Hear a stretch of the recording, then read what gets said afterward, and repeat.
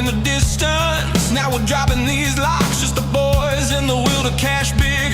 So many times it happens too fast. You trade your bankroll for glory. Don't lose your grip on the almanac pass. You must bet just to keep it alive. So the pick is in it, it's the thrill of the line.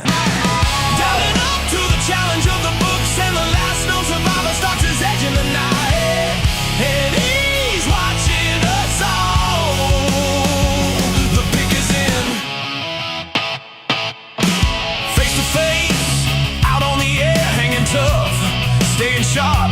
They stack the odds, still we take to the square for the win with the skill to survive. The pick is in, it's the thrill of the line.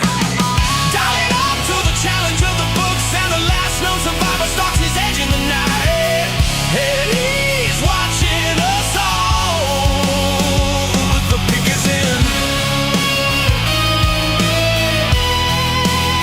The pick is in.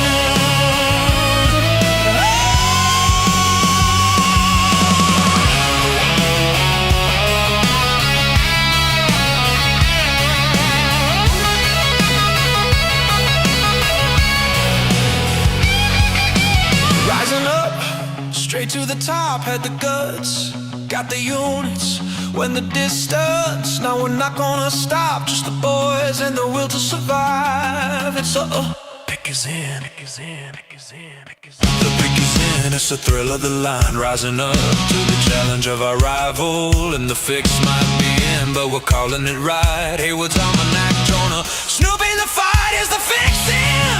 Is it all predetermined? Back to the future, future's looking certain. Tune in weekly for the picks and the laughs. Sports betting expert dropping knowledge on the path. The pick is in.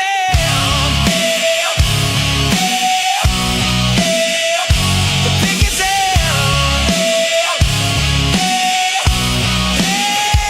The pick is in.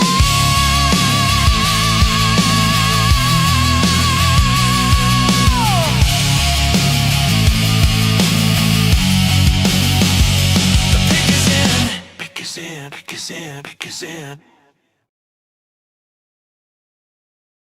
Hey, good evening, everybody. Happy Thursday night. This is the Pick is In podcast. Another week. This is your boy Haywood, and I try to be the almanac for you guys at home. We got a great show lined up for you guys tonight. We have my brother from another, the great Carter, coming back on. We're going to go over NBA news, go over standings, current playoff positions, a little bit of NFL as well. Of course, diving into a little Suns talk and diving into a little NBA live betting with our boy Carter. But first and foremost, I'm going to bring my other brother from a different mother, my boy, my brother, Snoop Von Pooh. What up, ese? Hola! ¿Cómo Hola, está? bro. ¿Cómo está, mijo? Well, it's getting hot in the valley, bro. You keep on knocking, but you can't come in. Dave's not here. What up, brother? What's up? How you doing? Happy Thursday. Cheers to Sure you, happy it's Snoop. Thursday. Sure happy it's Yeah. Thursday. Cheers. How's life? Oh, How's- man. It's been a little rough lately, but hey, we look forward, baby. We don't look backwards. So, That's right. Grow or die, baby. you know where else people need to look, baby? The Substack. Everybody go to phoneboothpodcast.substack.com. Check out all the podcasts. There's like fucking 100 of them now. Phone Booth Podcast, Philosopher King Podcast, Dualistic Podcast, The Most Important Podcast, Here's the Thing Podcast, and the Pick is In Podcast, and the Mind of Madness, and Fasting Fake, Detoxing the Matrix, Translucid. They're all there. There's a merch store. You can go up on there. Check out the threads. There's going to be a Pick is In t-shirt coming soon. And as soon as it's designed, we'll get it put up on the website. But yeah, everybody check it out and show us some love. Also What else you work. got? You could also find our work over at YouTube for at the Pick is In. Folks, we only need 2 more subscribers to start streaming. So show us some love, man. I know my boy Carter, my boy Snoop, subscribe. Let's get on board. Show us some love. We only need 2 more. Every one of our episodes is up there. So thank you, subs. Thank you to all the views, comments. And then if you can, take a look at our Rumble as well. Whoa, what's going on? What the heck is going on? Gotta love it. Gotta Check us love out. Check us out. Rumble at the Pick is in. Just started one of our brand new platforms that we're starting to get going. Go take a look over there as well. So appreciate all the great people at home giving us some love, man. Cheers to them, Snoop. We sure do appreciate it. You know, Yeah. we couldn't do this Cheers. without all y'all's.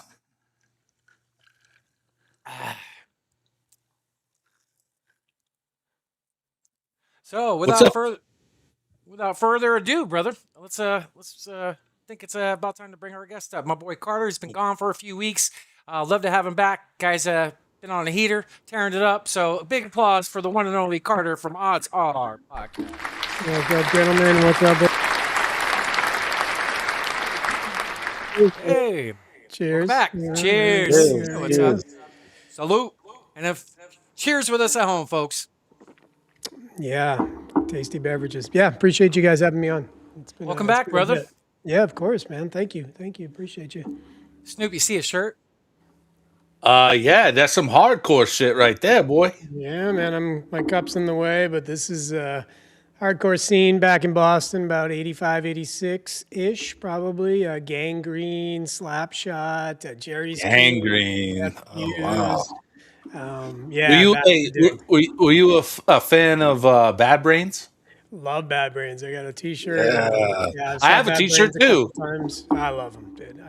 Yeah, I have whole that. scene I have that is- classic DC one. Yeah, I Uh, love that. Yeah. Yeah, my it's pretty cool because my daughter, they're into like all the shit that I was into back when I was 15, 16, 17, and they're 15 about to turn 16. So they're into Jodie Foster's Army JFA, they're into like Bad Brains, they're into Misfits, they're into Black Flag, you name it, Dead Kennedys. It's just like, and I hear it pumping and I'm just like, how did you find Butthole Surfers? Like shit, I'm just going, what are you The butthole doing? surf. Yeah, I mean, so it's pretty cool. It's That's pretty cool. cool. Yeah, and I was really into hip hop too back in like, when I turned 17, 18, and so they're starting to migrate into that too, which is pretty cool. So I love it, man. It's very awesome. Dude, how old are your kids? Without doxing them? 16 and 19. So that's cool, man. 16 That's next cool. It gives me hope that some of these younger generations are discovering, the stuff that we grew up with. Yeah, I think, again, I'm big into parenting, right? I mean, I've always wanted to be a dad. My dad really wasn't a dad until like later on in my life. So kind of learned the error of a lot of ways, So I always wanted to be a dad. I just, I never wanted to force anything that I liked on my kids, but it's just organic, right? Sports is organic. They love, the Celtics, Bruins, and Patriots, Red Sox. I mean, regardless how you feel about that, we're from Boston, so. And then the music that I listen to just organically kind of seeps into the stuff that they like, and snowboarding, skateboarding, surfing, kind of the things I'm into. So yeah, it's pretty cool, man. I'm never pushy, but they adopted the stuff they really like, and then discarded some of the stuff that I really like that they don't really care about, which is kind of cool. That's pretty dope. Yeah, man, it's really rewarding to watch like kids develop like their own discography of music and what they really like. And this sounds like when you play like Led Zeppelin and they're like, this sounds like this, Dad. This sounds like this. So let me ask you: can you name?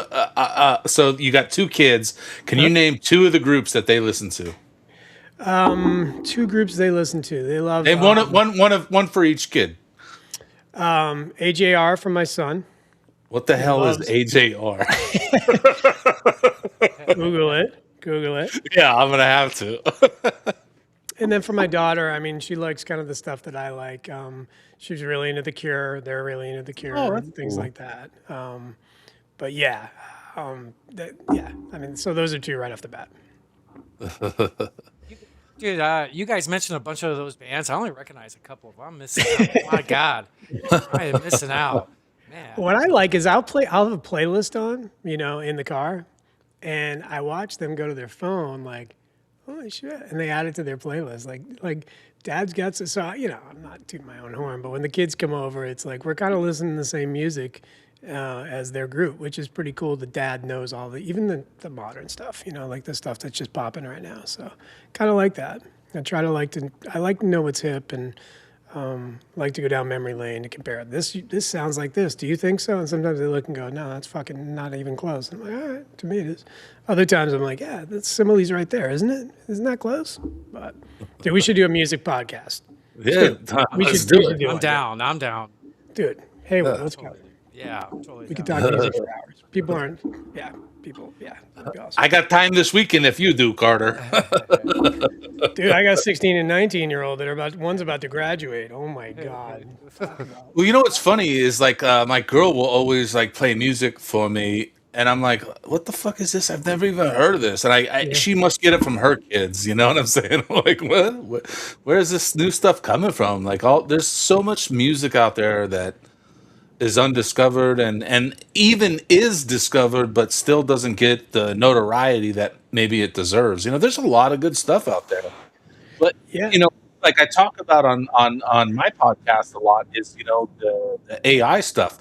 Sometimes it's hard to tell what's AI and what's real. You know, Yeah, and I feel like that's a whole like it's funny because a lot of the younger generation is not embracing AI, you know, for like, you know, an environmental standpoint or power consumption, you know, like there's so many reasons. Dude, AI changed the way I trade, the way I bet, the way I think, the way I work. Like it is, and I'm not talking about Grok. You know, yeah, I'm not talking about like ChatGPT. Should I take this medication or this? Or hey, how do I exercise? I'm talking about coding. I'm talking about deep, deep conversation in terms of like, you know, financial. Like, do a lot of trading. I work for a financial services end of my company, and I'm kind of the CFO. So dealing with numbers and bonus depreciation and how to apply a tax credit and how to get 4080, like all that stuff that I don't know shit about. Well, guess what? AI is educating. Then it looks at your portfolio and it's analyzing it in real time. Have you thought about doing this? Have you thought about doing that? Did you see the news that just dropped on that? Like, dude, it's fucking amazing. It's amazing. Like, regardless how you feel about AI, it's changed my world. yeah, I love it. It's beautiful and scary, That you nailed it. like Like that Paris Hilton. Beautiful and scary. should be a song, right? Like because it's amazing what you can do with it, like all the stuff that you just described about helping gather information and put it all Yeah. together, but sometimes AI gets it wrong. That's Yeah. the scary part. You know, and again, I'm not Mr. AI. So anybody's listening is like, these guys don't know anything they're talking about. And like, trust me, you know, like I'm not like I understand the dangers of AI and I understand the limitations of AI, but I Well, also look at that stuff that cloud was it is it Claude or Cloud, whatever it's called, is doing. that's what I'm That's using. just yeah, And okay, I'm paying so out the ass for it every month, and I have trading funnels that I put out. Like somebody just posted something the other day, and I'm like, shit, can I replicate that? So I took an hour and a half of my life and tried to figure out if I could replicate what they're trading off of and all the indicators that they're putting in to determine what to buy in real time and their risk, and I want to be aggressive on this, and this is what this trade, and it's just like, and it's spitting out what to buy, and so I'm trading in real time, going, this fucking shit, like it really, what, like I don't need to do the thinking, I just got to do the input. So have you seen the cloud that hires people to do work for it? Have you seen that? It literally hires humans, real people, to go out and do jobs for it. it's crazy. It Yeah, is crazy. it's scary. Yeah, being contained. I don't know how you contain it. It literally will turn into Skynet. I think I was telling you, Hayward, or somebody that I saw a T-shirt at one of the used record stores out here, and it was Skynet T-shirt from like the Terminator movie. And dude, by the Oh, time I went back to snatch that thing up, it was gone. But like Sky, like that, this shit's scary, right? It's here. Well, It's I want to welcome you back, Carter. I know you had a few weeks off from being here, up and down with the live betting, but it looks like you adjusted and you've had a great week and a half. So it's perfect timing to have you back on. I want to plug you real fast. I know you haven't been active much lately on social, but I always give you a plug. Snoop, Appreciate it. if you want to share that his homepage, I got it shared up. Go give my boy follow. Carter at Odds Odd Podcast. He needs a few more followers. Give him some love. And whenever he posts anything, just it's important information. He's just I want you to post more. I know. want I you mean, to I'm post you know, I more. got a bigger following on TikTok and Instagram, but same handle. So go check me out over there. I don't make a lot of content anymore just because I'm super busy. But yeah, I appreciate you plugging me, man. Socials aren't important. It's more the camaraderie that you guys offer me. So I appreciate that. Thank you, Snoop. Well, that was very sweet of you to say. No, I mean it. I could give a fuck how many followers I got. I'm not trying to monetize myself. I'm trying to like just be a voice and try to contribute. That's it. Like Everybody man- else, and here's my other mug for all the people that's what they can do. Oh, nice, That's nice. a mug, right? Oh man, dude, What's I it say? I'm just, not going to tell you what's in this one though. Cheers. salute, dude. I just seen a video today of this thing. You slip your debit card into it, and it's like it's a hand that has the middle finger up like this, you know. So every time you go to tap your card, you just put the middle finger thing out like this, and dude, it's great, dude. I want one so bad. Love it. Stupid, but awesome. Yeah, stupid but awesome. Stupid, but awesome. We should have a segment called "Stupid but Stupid Awesome." and awesome. Stupid. That's a stupid, awesome idea. Yeah, right. Look how stupid we are. We were like, all of a sudden, like your ticker's like, zoom. These fucking guys. Thank you, Well- Templar, for the Where's comment. The cool guy that talks about NBA, and where's the guy that actually tells us which bench players to play? Where'd that guy go? Steve's went hardcore on us. Look at this guy. Oh, fuck this guy. Appreciate all the like and reposts. Appreciate all the love out there, people. Templar, appreciate you. We're going to do our best to have a great show. Before we move into the news, I would like to go on to the betting recap for the show for the last week, which we always do before we dive into the news. 23-11 on the legs for this week. Lost money 2 weeks in a row of losing money after 7 straight weeks of winning. Only one winning bet. I've been kind of getting burned lately, but it's part of me adjusting. And with baseball, I started a little bit earlier and I needed to. So lesson learned. Just a very quiet time of the year for me right now, but I always very transparent. So since September, 1,021 and 305 on all of our legs, $2,600 in bands. So the show is still doing pretty good. Hopefully soon we can start turning around our last 2 weeks. Thank you, Snoop. Turn around every now and then. And I need you now tonight. I need I you used more to than roller skate to ever. that shit. Well, with Carter back on and singing, I think we're going to change the mode. Yeah, you're gonna change your whole demo. It's gonna be like a bunch of nothing. 0.00 across the board. Before we go into NBA, we start off with a little NFL news. I got something I would like to share and post up. 2 weeks from tonight, folks, we got the NFL draft. We got hopefully some good things cooking behind the scenes for you for guests for the next few weeks. We won't announce them yet, but as soon as we record, we will. 2 weeks from tonight will be the draft. Big day of the NFL year. Number one pick, Fernando, will not be there at the draft. So here's some of the attendees that will be there. So 2 weeks from tonight will be the NFL draft. So looking forward to that, especially for all of you football fans at home. Can't wait. We're actually going to be live during the broadcast during it. So that should be kind of cool. So 2 weeks from tonight, NFL draft. And then if I could, I want to show, let's go right into some NFL news if we could, Snoop. I got this thing pulled up about Rashid Rice. Rashid Rice from Adam Schefter. Basically, in a nutshell, the investigation has been dropped. There will be no discipline at this time. So all you fantasy football players out there, feel free to draft him without hesitation. And from what I'm hearing, Patrick Mahomes might be ready for week 1. So Rashid Rice in the news after all the legal stuff going on the last couple years. And on to other pieces of information. Dexter Lawrence has requested a trade, something to look out for the draft. He's a very good defensive line player. Snoop, this could be a team that your team pursues, and that'd be kind of cool if New England did for you, Carter. But Dexter Lawrence is a darn good player. Probably going to be done at the draft. And then I got one more thing I would like to share. It's a video about the schedule release from Adam Schefter. Let me go There's ahead. no and play that. fucking N in his name. It's Schefter. Thank you. Oh my goodness. I did This that on is- purpose. just for you. Wow, you got worked up on that one, huh, bud? Yeah, I do get worked up. This guy. This fucking guy. Thanks, Snoop. I appreciate you too, bro. Yeah, all right.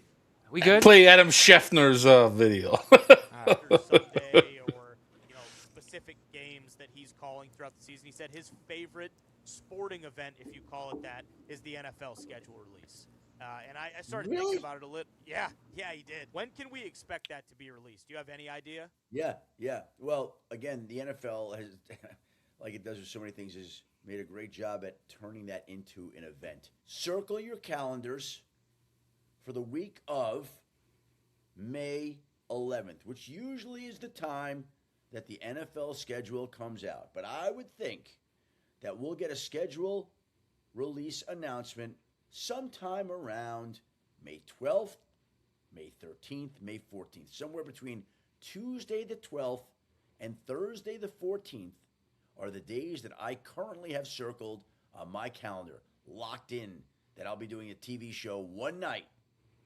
Tuesday the 12th, Thursday the 14th, on the schedule release that Jim Nance loves so much and considers his second favorite event to the Masters. Who knew that? But everybody loves the schedule release. Get ready. We're just over a month away. We're just over a month away. See, we already know the first two games of the season. One in Melbourne, Australia, and with a Wednesday night and a Thursday night. So the rest of the schedule should be dropping out soon. So that's all I got for NFL news. Snoop, you got anything?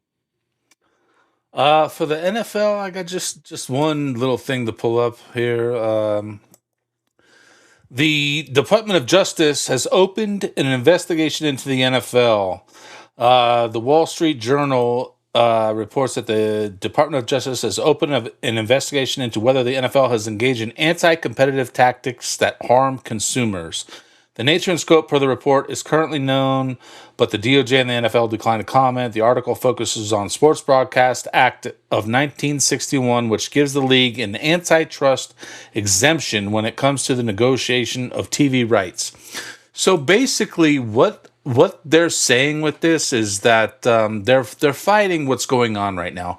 Because as a fan, I'm sure both of you know that it's frustrating to watch a game. You have to subscribe to 18 different services and, have this app and that app. And, in order to watch your games, it's a pain in the ass. And it can cost a consumer upwards of $1,000. $1,000 just to watch football, to watch your favorite team play football. So that's what this investigation is all about. And I gotta be honest, man. I hope something good comes from this. Because I wouldn't mind spending, whatever, $150 a year, $200 a year, whatever, to watch my favorite team on TV. Let's keep in mind this is on TV, not in person, But to have to spend $1,000 just to watch my favorite team play every week, that's crazy. How many streaming services do you have, Carter? All of them. Well, all of them, right? Every point. single one. Good point. I got Snoop. them all. I mean, I saw a Peacock bill go through the other day. I'm like, when the last time I fucking watched Peacock? I guess it was Traders. We watched Traders. What? You don't watch Saved by the Bell reruns, Carter? Dude, I am sick. But I'm not a conspiracy theory guy, but I feel like there's a lot here, right? So I don't know if we should spend time unpacking it, but elaborate, unpack. No, I think that Fox, CBS, NBC, right, network. We're so focused maybe and our level of government on what network really is. And when I say network, I'm even talking about, Fox News, CNN, things like that. Like, it's irrelevant almost. You know what I mean? That's a boomer type thing, right? So locking in football to Fox or NBC or ABC or whatever it happens to be, it's just not going to happen, right? I mean, things are going to stream. Things are going to be on sub platforms. Things are going to be everywhere. It's going to be hard to find. So, this is almost a consolidated effort to say like, oh, I don't like the football rule, the kickoff rule. It's like, fuck off. It's progressing. This is what it is now. This is what it is with everything. Try to find your favorite show. You get a movie, like you try to find, Goodfellas. It's on Netflix 1 week, right? 2 weeks later, that they're literally paying the rights to show that, and then it switches over to Apple TV or goes over to Peacock, and you got to chase it to find it. And I think it's just the way things are. So trying to have the Department of Justice, which probably has better files to be looking at, in my opinion, and going after, and again, I saw just real quick while you're scrolling, I see Murdoch, and I go, oh God, so we're trying to protect his interests in terms of Fox News and Fox Sports and things like that. And again, it doesn't matter where I lean. I'm just saying, like, it doesn't matter who the executive is. It could be Burnett. It doesn't matter what we're trying to protect, but that's just not real. That's not realistic. I mean, Netflix is broadcasting live sporting events, right? We pay $345 a year now for Netflix. They just did a price increase. So $345 a year for Netflix? Yes. Went up. Yes, it went up. So you're paying $345. So nobody runs that, right? Nobody takes that and goes $35 times 12 or whatever it is, $29.99 times 12. Do it right now. Break out your phone. It's $345 or something like that a year. So I might as well have my NFL be on that shit because I'm going to be watching Netflix all the time anyway, right?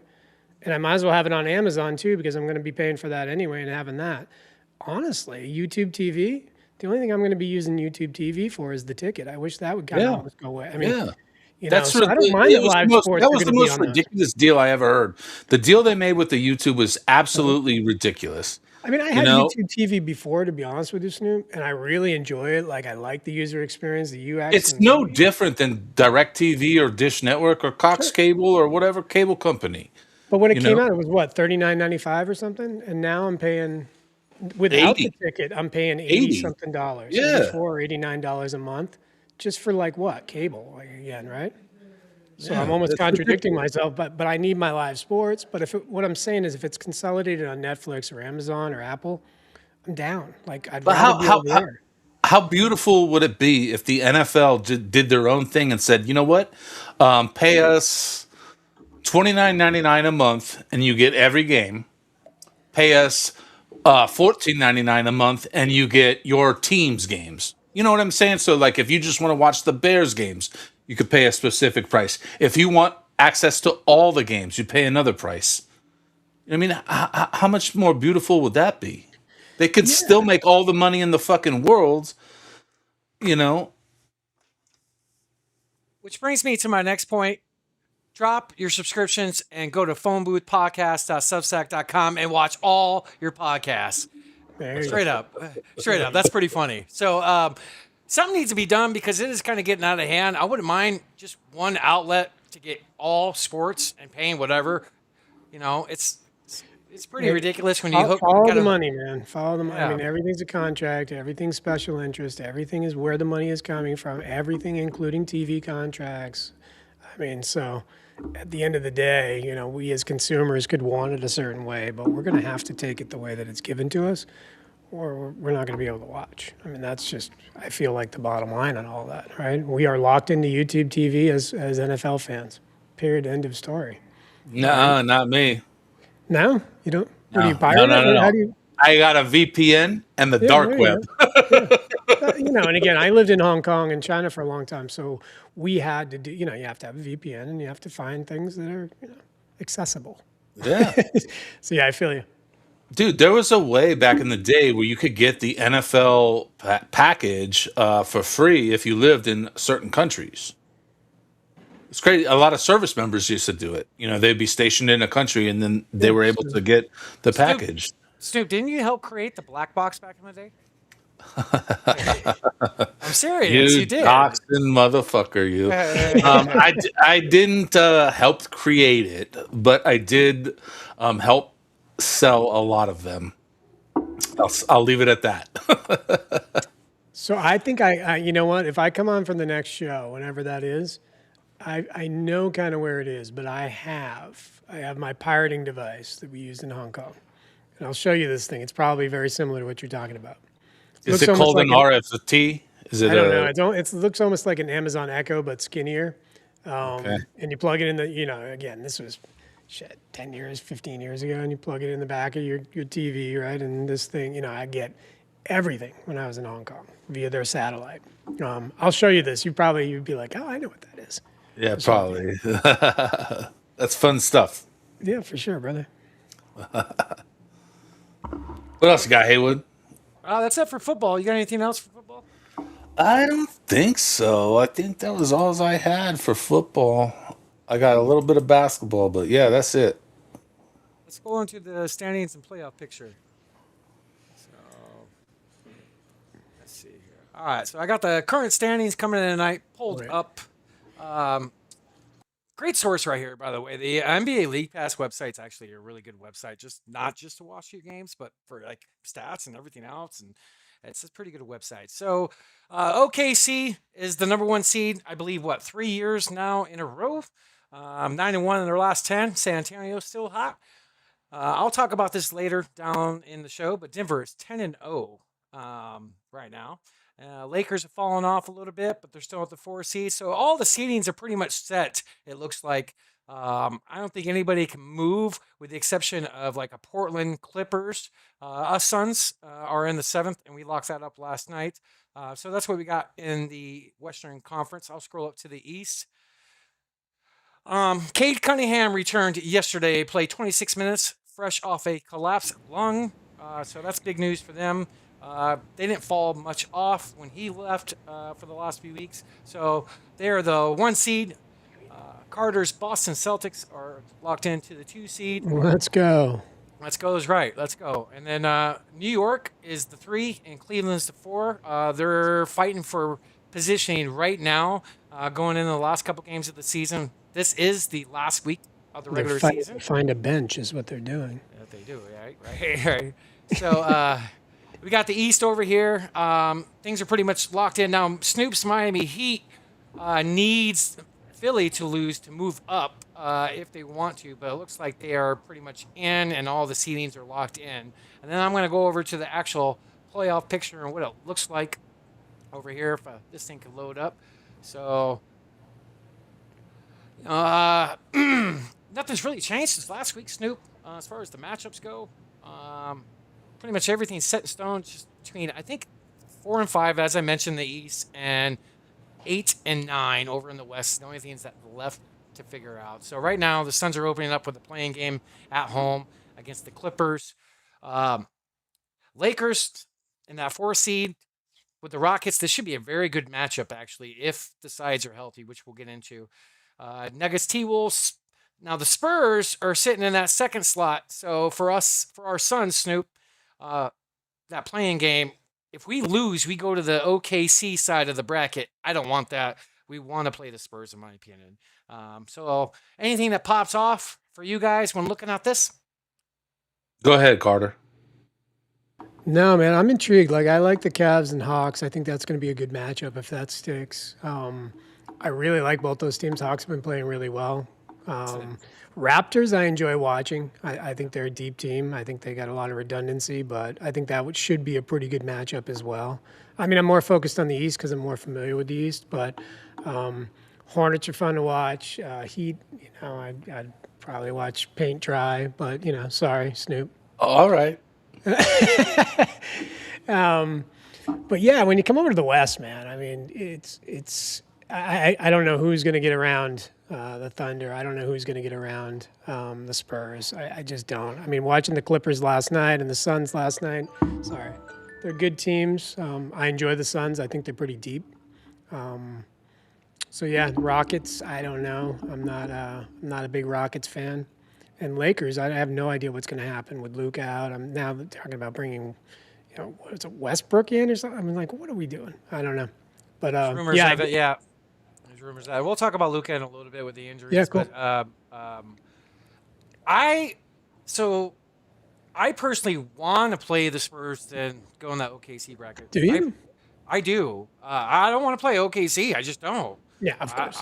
I'd rather play an inexperienced San Antonio team. That's what it comes down to. Yes, they're better on paper, 100%. They're a damn good freaking team, but they're still really young. Fox, Castle, Vassell. Yeah. I mean, Dude. we make money off Corny on Cornet. I mean, he can put Right. up 10 any night. I mean, Champagne. this is a deep team. Yes. Harper's Yeah. a jewel. This guy, come on. Just Yeah, my point. That's a tough team. It is, but they haven't won. They're still looking to do that. I know they're probably going to, but inexperience. That's the reason why I say I'd rather play them Yeah, no, that makes sense. than OKC. And I'll do anything not to play Denver. They're the hottest. They're hot as hell. They won 10 games in a row, and it's the first time in a Joker era that he's won 10 games in a row. And they're playing the best ball of the season right now, which is where you want to do. And they're getting healthy. Carter, you weren't here a few weeks ago. We did a futures with Nick Wilcox. It was your Celtics and Denver. I put money on as a finals matchup. So hooray for that. So Denver's looking good. What about you, Snoop? I would like to ask Carter about these Celtics of his. Tatum just did 5-on-5 action a day or two ago. Is he going to be on the playoff roster? No, Is he? He's already he back. Came back. He He's came been back. playing. Yeah, Okay. What, 3 weeks now, I believe? yeah, he's been back for 2+ weeks. He has 10 points as we speak. I mean, he's adjusted for sure. And you know what I like about it?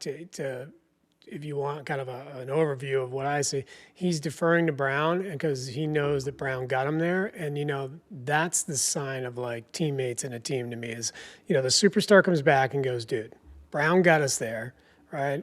I watched it. I watched the game the other night, and he's just deferring to Brown every single time. When Tatum's on the wing, right? He has the open three, and Brown throws him the ball, and then Tatum just whips the ball right back to him. When that happens, and you're just like, dude, you take it. And then Brown drives, gets the two, gets the foul. So I really like the way they're playing together, and I think they're one of the deepest teams. And I know I sound like a homer, but dude, they're a deep team. I mean, Agreed. Shireman coming off the bench. I mean, even this kid Walsh, the guy with no eyebrows. Like you got Vooch now coming off the bench. No brow is what his teammates call him. Yeah, no brow. No brow. No brow. Hey, and you know what, dude? Halliburton put up 20. I apologize because I was thinking Tyrese Halliburton, but I said Tatum. Halliburton just started playing, but Queta as well. Sorry for Carter. the confusion. It is great, dude. Yeah. Like, He's I know they brought in Vooch to kind of like When's he come back? Vooch is back. He came back 2 games ago. 2 games? Okay. Yeah, so he's back. And then, unfortunately, it's like Garza, who was playing really well as a backup to Vooch while Vooch was out. Garza's like relegated to the bench, and I was cashing on him every night. 10 points, dude. Money in the bank. Garza, 10 points. He'd come in, end of the first quarter and put up, 2 to 3 right away. And then it's like the odds on that dude would be like crazy. You're like negative 180. To get to 5 or, it's like, no, to get to 10. And it was like, dude, this is just package him with 3-4 other guys. And it's like, it boosts the odds. So, but Garza's kind of relegated to the bench now. He's not seeing time. That's how deep they are. A guy that could come off the bench and get 10 anytime. Dude, this might be I haven't thought about this. So going through your rosters the last 30 years, this might be the deepest team you've had in 30 years. Super deep. Super deep. I mean, even this kid, sorry, I'm checking my bets. Hugo Gonzalez. I think he's from Spain. The kid's gonna be good, man. Like He gets run, he rebounds, man. it reminds me of OKC and how deep they are. And you see like these kids coming off from and you're just like, wow, this team is so deep. It's so many levels. So yeah, I honestly hope it's OKC Boston. I would love to see that again. I like your Boston team. They're getting healthy at the right time. Dude, I'd play anybody else in the East. I would not want to play your team. Yeah, it's definitely a team that I think is, yeah. I think that was my worry is Tatum coming back and how they're going to adjust. Dude, you know what? Like I said it a few episodes ago that they were playing phenomenal ball without him. Yeah. They were they've been the number 2 seed most of the year, I think. Well, I saw Snoop. I saw. I think it was last night. They were projected at 43 wins or something like that this year. Yeah, And so what are they at right now? Do you know? 53, 52. 54. There- They're there 54 you and go. 25. I did That's five. without him. I did five futures. Only posted 3 of them. The only one I didn't hit was Boston's under on their wins. I was wrong about that. Completely wrong. You know, I was wrong too. As a guy that like literally, in the off season, I'm that guy. Yeah, I didn't think they were going to be. I thought, hey, if he comes back, if Tatum comes back at the end of the season, or maybe there's a chance for maybe a plan, maybe we can get in there somehow, like we can figure it out. But no, dude, they've really handled their business. They really have. They look like a really solid team. So just out of curiosity, I got a FanDuel pulled up, and I'm looking at your Celtics. If you want to share it, Snoop, just for curiosity, Boston is 6-1 plus 600 to win it all, and as of the East, current, you're plus 165. So clear cut favorites in the East. Yeah, I think they come out of the East. I really do. I really do. But I don't think they take down. They don't match up well at all with San Antonio, and we saw how they matched up with OKC. But we'll see. You know what's even more scary? Just thinking about it. I thought about this week about that San Antonio team. They have even untapped his defensive potential. Can you imagine if they run a zone with him at the top of the zone?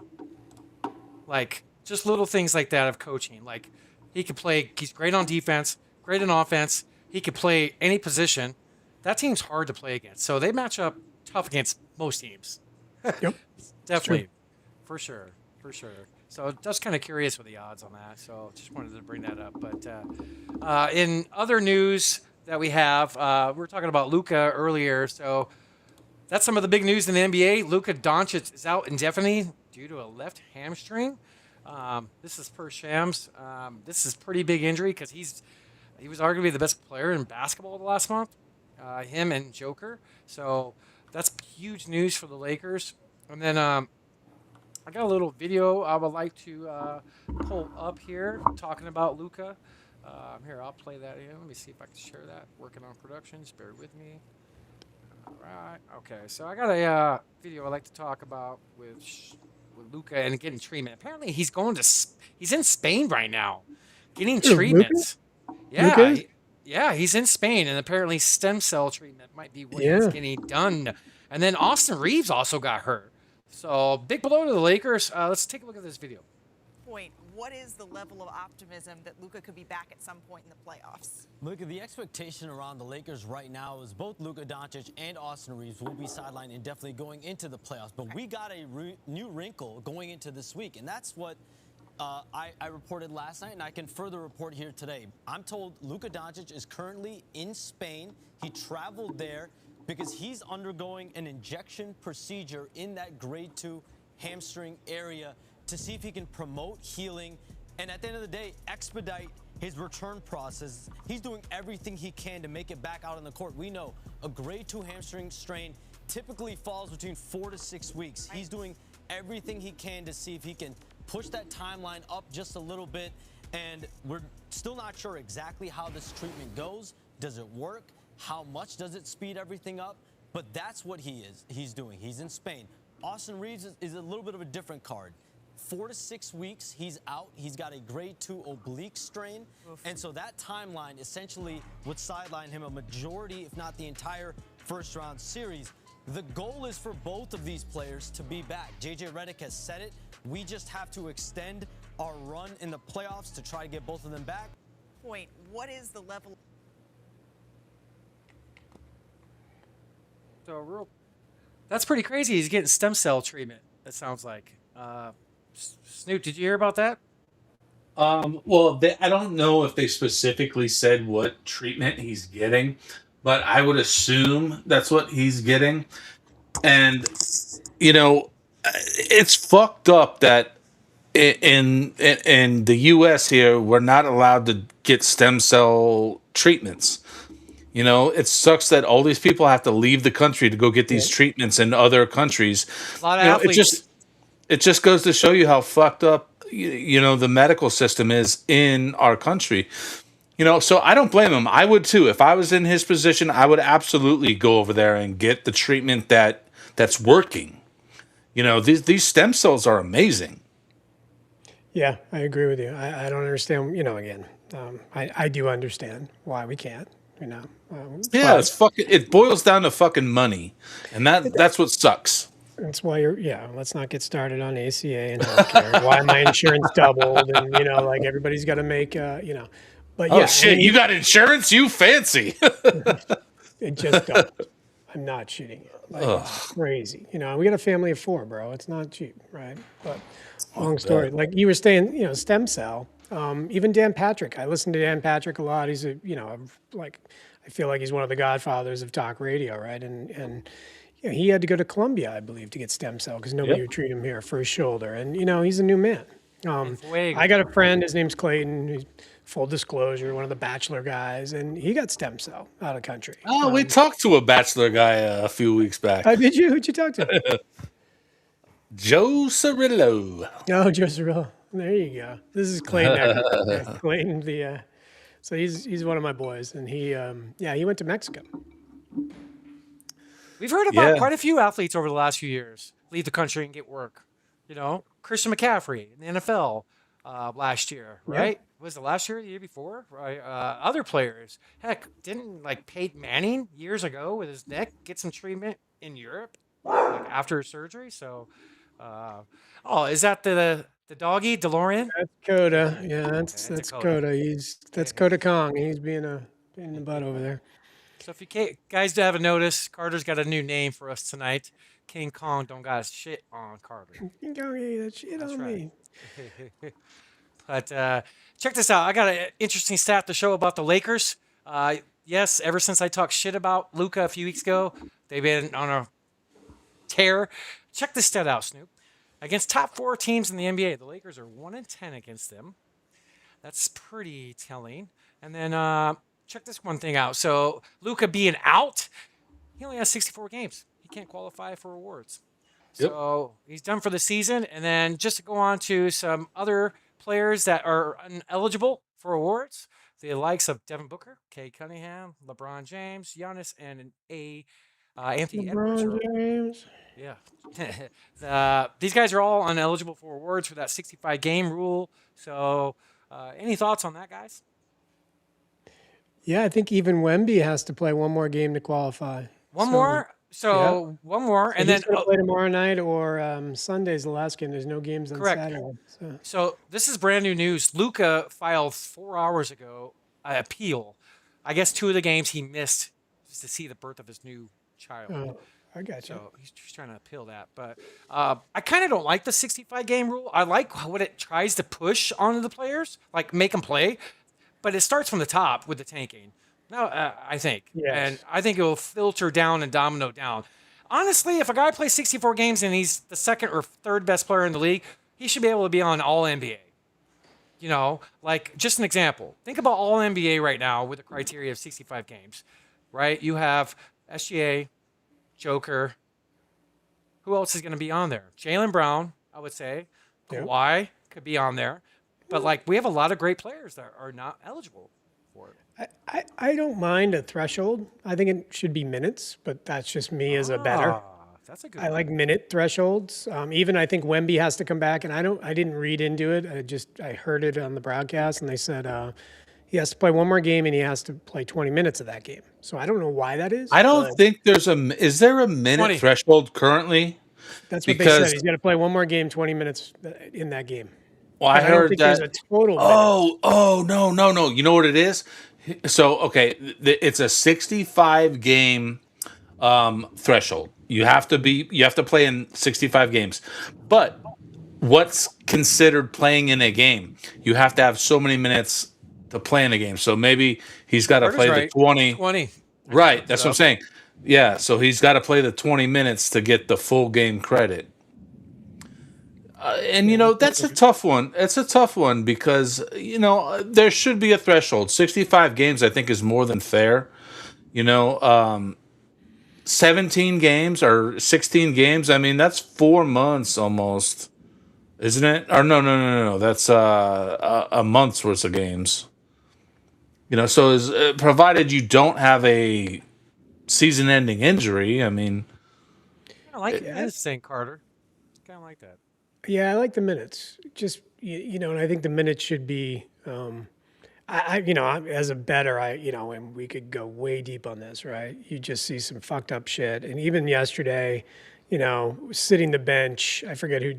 I'm betting, and I'm like, damn, you're sitting the bench in a close game. Even you mentioned it, right, Haywood? Yeah, You're I like, did. there's fourth quarter, 3 minutes or three. It's 3 minutes and 14 minutes, 3:14 left in the Suns Dallas game. It's a 3-point game, and the coach takes all Dallas the good is sitting players everyone, right? out. Even So they're Nemhard, who's a Yes. marginal starter, right? Like, I mean, come on, man, what are we doing? What are we doing? dude, it's like I said, and I'm not the only one that said it, is get rid of the draft. Yeah, I remember you saying that when I was on last time. Get rid of the draft. People will stop. ESPN gotta make their money, dude.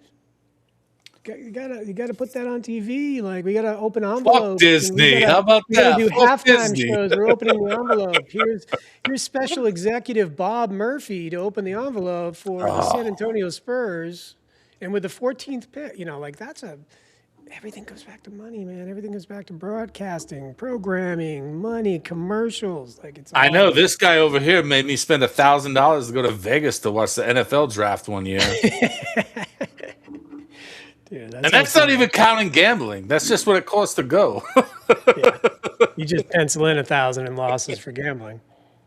I think there's all kinds of ideas you could do. We all say there needs to be change.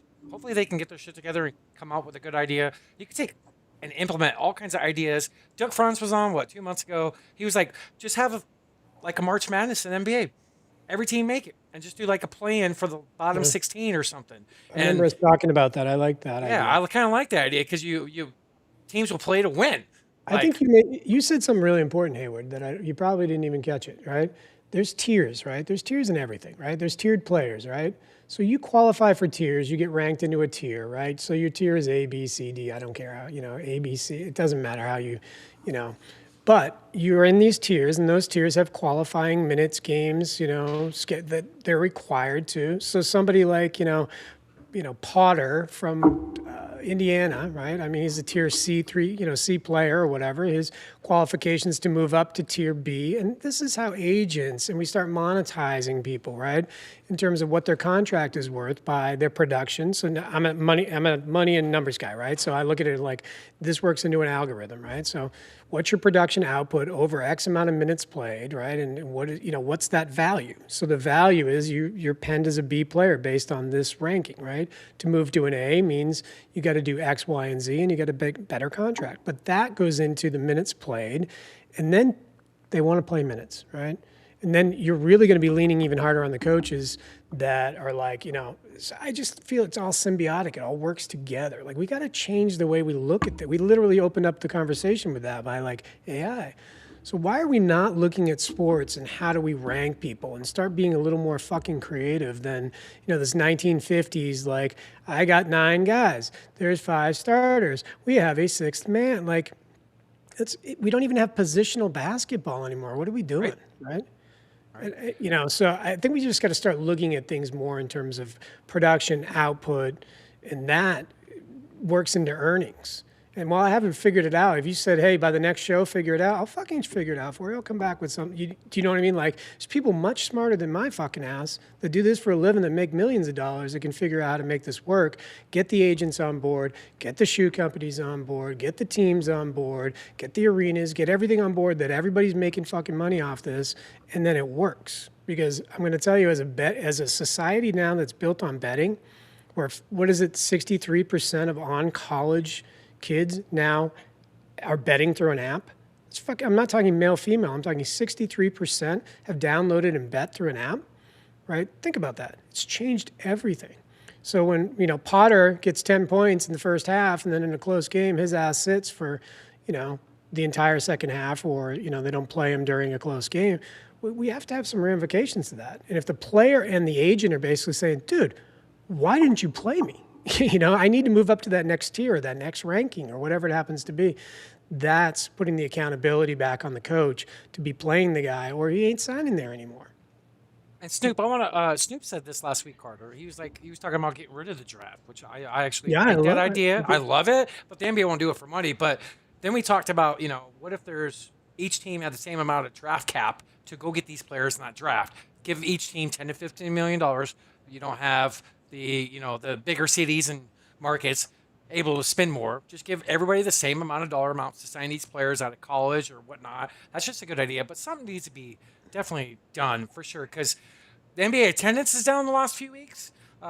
Betting numbers across the boards for websites are down a little bit. This is just showing you what tanking is doing to the whole of it, as the whole industry. Top down.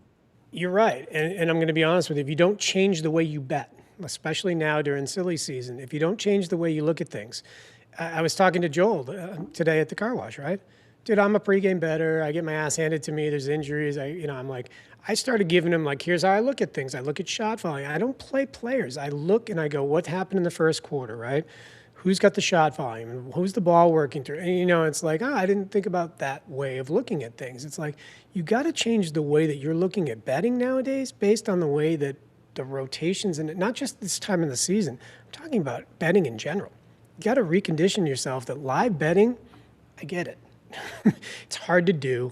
I got 3 phones in front of me as I sit. You guys think I'm fucking crazy, but I got 3 phones in front of me watching the game in real time, right? You have to actively day trade to make money in betting. And I make money in betting because I'm focused in my tunnel. And Haywood, you're the perfect example, knowing when I'm not focused in my tunnel, I do not make money, right? If I'm driving, trying to bet, if you're like, hey, what do you like? I can't. If you're on a podcast. If I'm on It's like trying to record a podcast with El Poopy. Shout out to our friend El Poopy. How was El Poopy, by the way? Carter thought he was hilarious. I love that guy. That guy made me laugh. I was telling people about him. I'm like, I don't know much about him, but he's a funny dude.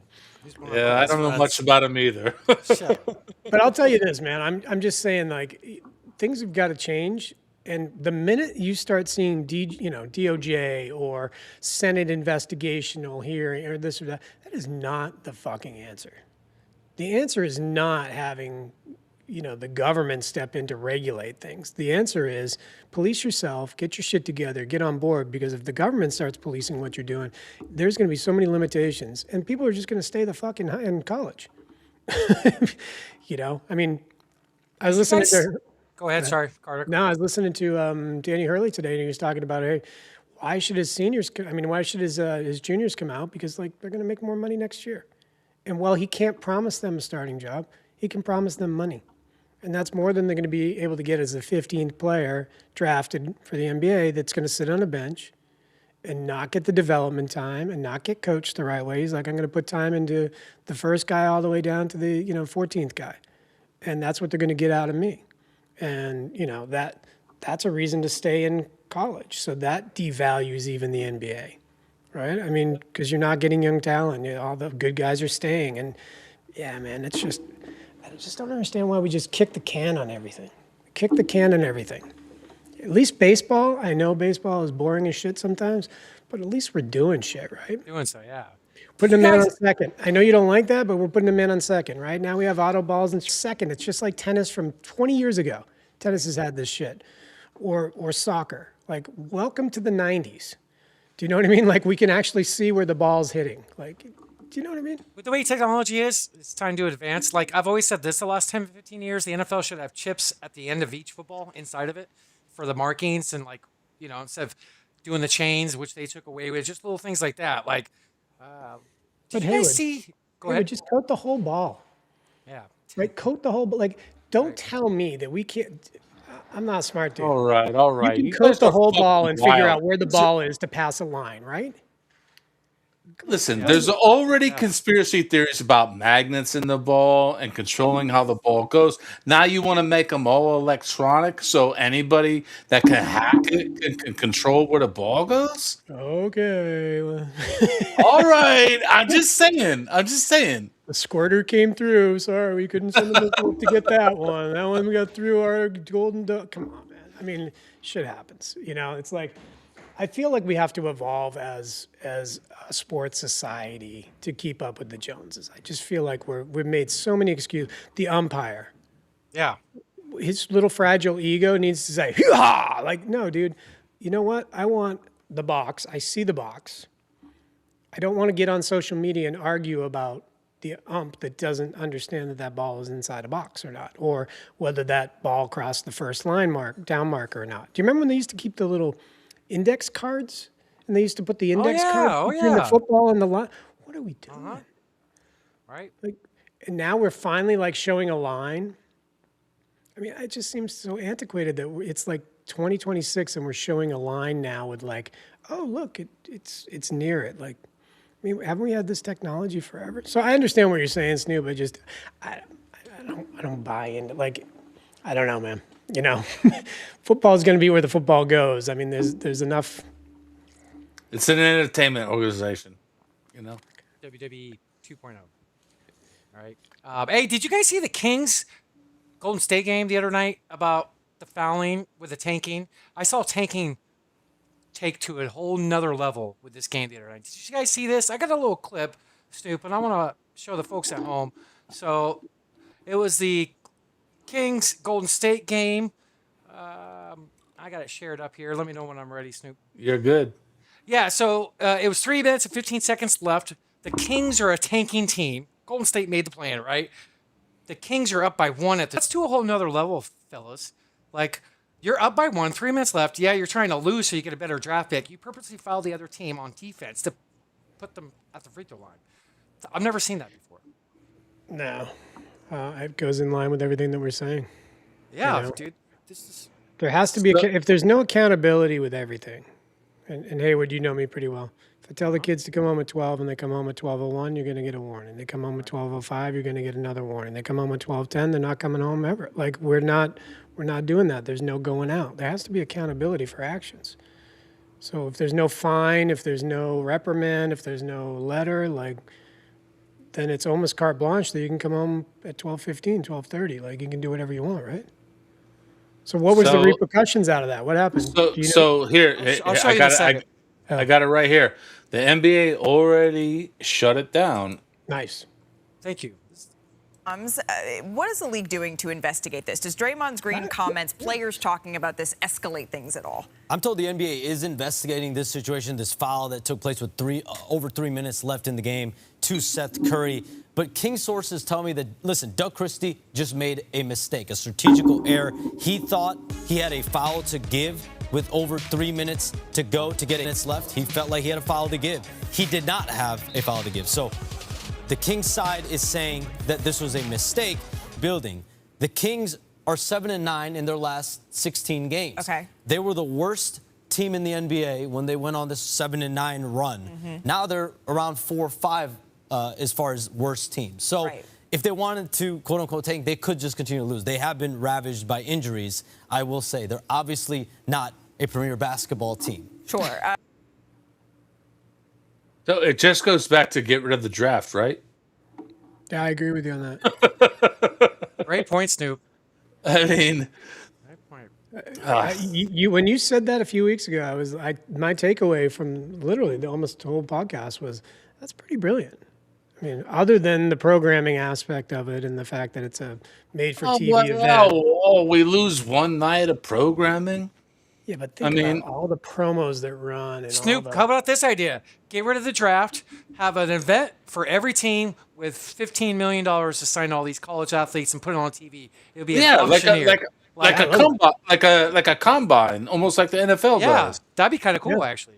You know, and number one goes to the highest bidder. You know, it's like your fantasy draft. It's like that energy that you have on fantasy draft day, where the keg of beers behind you, and you get all your boys, and you're like, "Let's go!" You got the whiteboard up there. You know, like, yeah, I love that idea.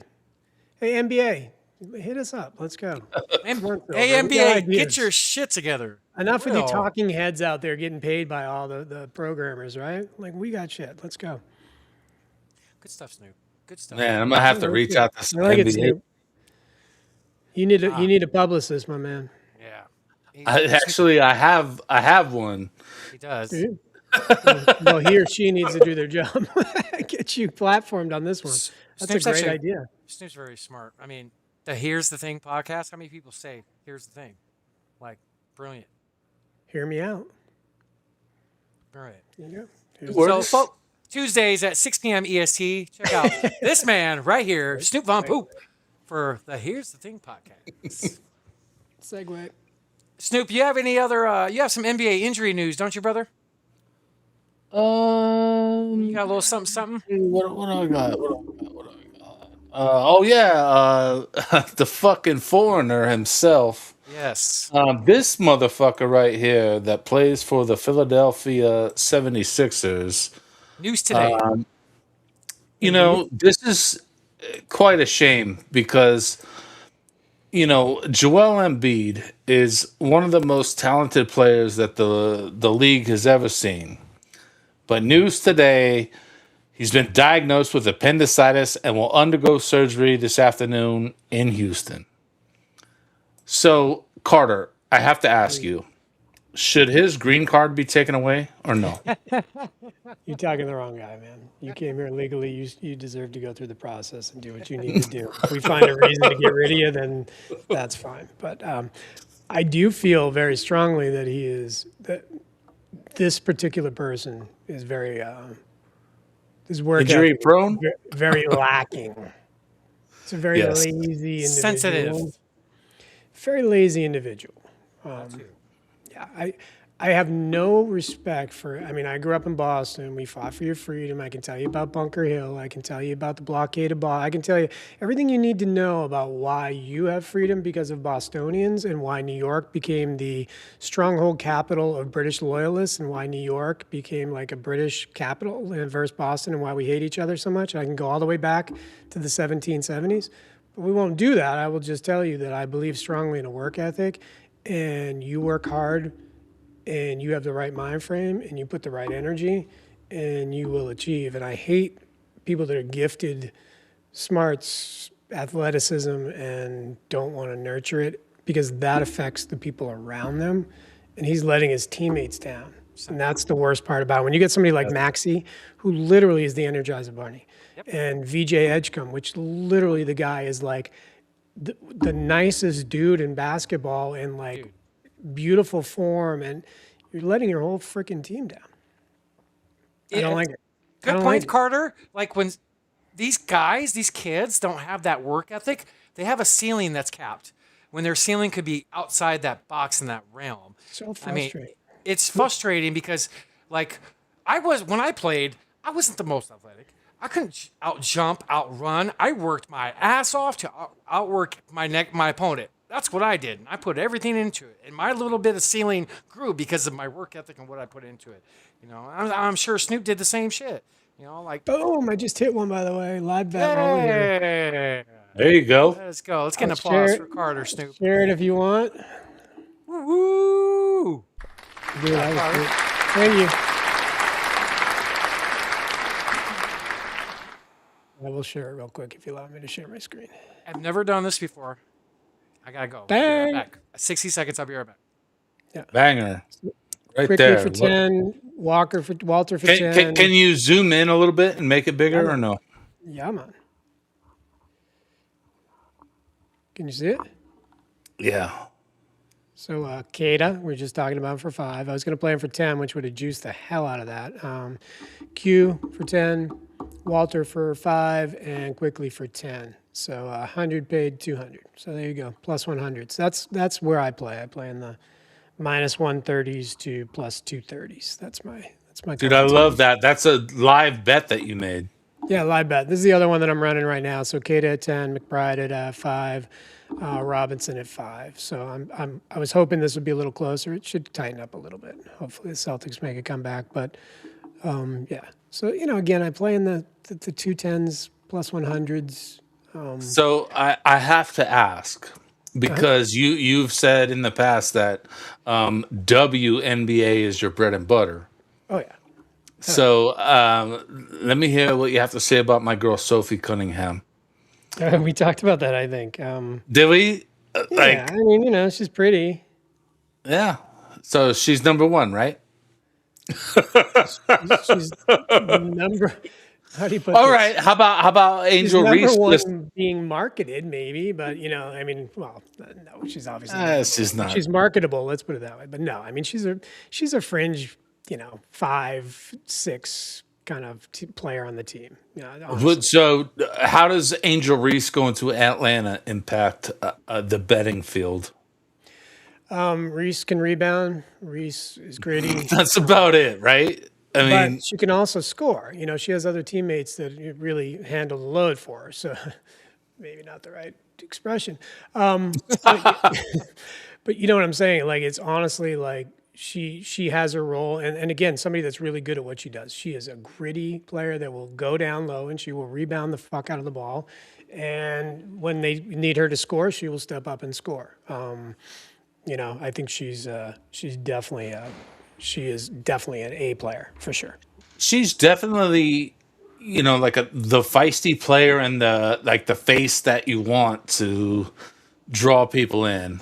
She's great. I personally can't stand her, but I think she's amazing, for her role and everything. I try to compartmentalize. Again, even Haywood said it. I don't spend a lot of time on sports social media because I think it's like number one, it influences the way I look at bets, and I want to make my own decisions. I don't want somebody to tell me something. I'm a data guy, but honestly, she's what you want in a basketball player. She's willing to do the dirty work and can we talking turn it about, on. guys? Angel Reese. She related to that guy on the Wizards? The same guy? What? Aren't they related to that forward on are the they? Wizards? Reese? I think so, actually. Are they really? Yeah, the guy that's been getting 20 boards. Like, The one to grow on. I didn't know that. That's awesome. I like people like Rakia Jackson. Like, I just like people that can turn it on and score and are willing to rebound and pass the ball. WNBA is my bread and butter because there's not many people that can like literally put up the stats, right? So once you can figure out the flow of the game right away, it's a lot easier to bet than, there's 9 guys that can potentially come up and score here. It's like there's 3 or 2 on a team that really are going to carry the load. So anyway, Carter, April 25th, first game. let's go. You're going to It's good. teach I me. know people are listening going, these guys are talking about WNBA again. I thought the same thing. I told you I would follow this guy. I forget his name on X. And the countdown, he literally had a countdown clock. We're 22 days away from the start of the WNBA season. And I started watching. He pregame bet everything. He wouldn't live bet. I started tailing him a little bit. He's close, but he's like the 22 leg guy. So then I started going, all right, I'm watching the ticker, I'm watching the real app, and now I'm dialing in, and I'm like, you know what, I can live bet this shit. And that's when I started to live bet, was WNBA, because you can get a flow for the game and you know exactly what's happening. So for me, I just took the WNBA live betting scenario into NBA. I bet 2 to 3 pregame bets all season for WNBA. I hit 2, Haywood, right, the other night, but I don't do that. Because again, I'm a data guy. I look at data and the way data comes in, and I look at who's getting the shot volume and who's putting it down. But WNBA allowed me to do that. Looking forward to it, brother. I'll be honest with you. The only WNBA I've ever bet is when you sent me stuff last summer. I'm very uneducated when it comes to WNBA, but you actually set up very well to me. There's only a few people in each game that can score. Like, That's what you want to pick on. You don't need to know crap. All you have to do is know who the players are that score and if the game's close. And is there tanking in WNBA? No, there's no tanking. They all play. Even Phoenix Mercury, like Bonner. Like there's this girl Bonner, right? She's a center, I believe, and it's like she's good for 5 to 10 points every single night. She's a late game. They always devalue her because she's always at 2 or 3 points at halftime, and then she comes out and she starts firing threes. And she's always like plus 210 or plus 280 for 10 points. And it's like, just put her in a lay with 3 other people. And it's like, you got a plus 1,200, plus 1,400, plus 1,500 that you can cash in WNBA. Those odds, I play high odds up there in WNBA, not like I do in NBA. But yeah, I mean, Young on Vegas, like all these people can put up 10 to 15 points every single night. There's only a few of them. But once you can key in on who they are and what they're doing that night, I just feel like it's very easy to interpret that data. I didn't know that's how her name was pronounced. Rakia, I don't even know. Rakia. No, I was talking about Boner or Bonner or whatever. Bonner, yeah, Bonner. Yeah, and then Copper, Westfeld, she comes off the bench. She can hit a three here and there. It's like, if she's checking in and they're down by 10, she's going to shoot. Play her live for a three or two. Like, I don't know, man. I feel like the WNBA is just a little more predictable. I got some other injury news I would like to share real quick, Snoop. I got share the screen. Let me know when I'm good. You're good. Again, Shams Charania is here with us here on NBA Countdown. Are the Spurs optimistic, Shams, that they're going to get Victor for one of these two last games? Malika, there's confidence that Victor Wembanyama will be able to play at least one of these final two games as soon as Friday against the Dallas Mavericks at home, potentially. The good news for the Spurs, Tess showed a bad bruise to his rib, and that can impact his breathing. So right now he is day-to-day, though. He needs to play at least 20 minutes in one more game. The Spurs, Victor Wembanyama, very confident that he'll be able to do so potentially on Friday. Okay, but trouble breathing, that sounds like it could be a little bit scary. So hopefully he's okay and he's able to play. And he's going to get that 1 week. Yeah, he gets that one off. week off, and that's going to be important because we're all wondering ultimately what's Vic going to look like in the playoffs, because he's been sensational in the regular season, and yet he's never crossed that 40-minute threshold. What are you hearing about how confident the Spurs are that that's something he's going to be doing in the postseason? The Spurs are viewing the regular season as a ramp-up period for the playoffs. And anyone that knows the Spurs and their history, it's all about the long-term, the health of the player. And we've known Victor Wembanyama, he dealt with an injury in December that sidelined him a few weeks. And so they're going to be intentionally careful with him anytime he has multiple injuries over the course of a season. And think about it, over the weekend in Denver, that game that went to overtime, he almost got to that 40-minute mark. So that just goes to show they're getting there minutes-wise. Come playoff time, it's going to be hard to keep Victor Wembanyama off the court. Yeah. And the week in between will serve Vic and this team good notice. Yeah, just to get a little bit of rest here before the playoffs begin. But you said that this is a ramp-up period. If this is what Victor Wembanyama can do in a ramp-up period, imagine what he's going to be able to do when he crosses that 40-minute threshold. Shams, great outfit, nice matching here, and Is he the best player since Wilt Chamberlain? He's definitely a unicorn. He's a unicorn, but this guy, he could be the greatest if he puts the effort into it. He could be. This guy's a unicorn. He frustrates me a little bit, especially last year when he was bouncing outside to shoot 12 threes a game or whatever. He was, he was on that run there for a little while. If I'm 7'11", I'm going to be in the paint a little more. I'm going to work down low. I have an advantage. That frustrated me a little bit as a bettor, trying to bet him when he just wanted to take that many threes. But yeah, he's an amazing player. I mean, I think he's a good dude. Like I like good things to happen to good people, and he seems just like a good dude, And he seems The more and more really I see humble. from him, the more and more I see from him, the more and more I like him. He's a stud on the court. And that's the most important thing to me, is just like if you can perform, and when he came into the league, I thought he was too skinny. He's too thin. He can't muscle up against these guys. But he's really proven me wrong and just put it all on the court, man. He gets stronger, puts on some muscle.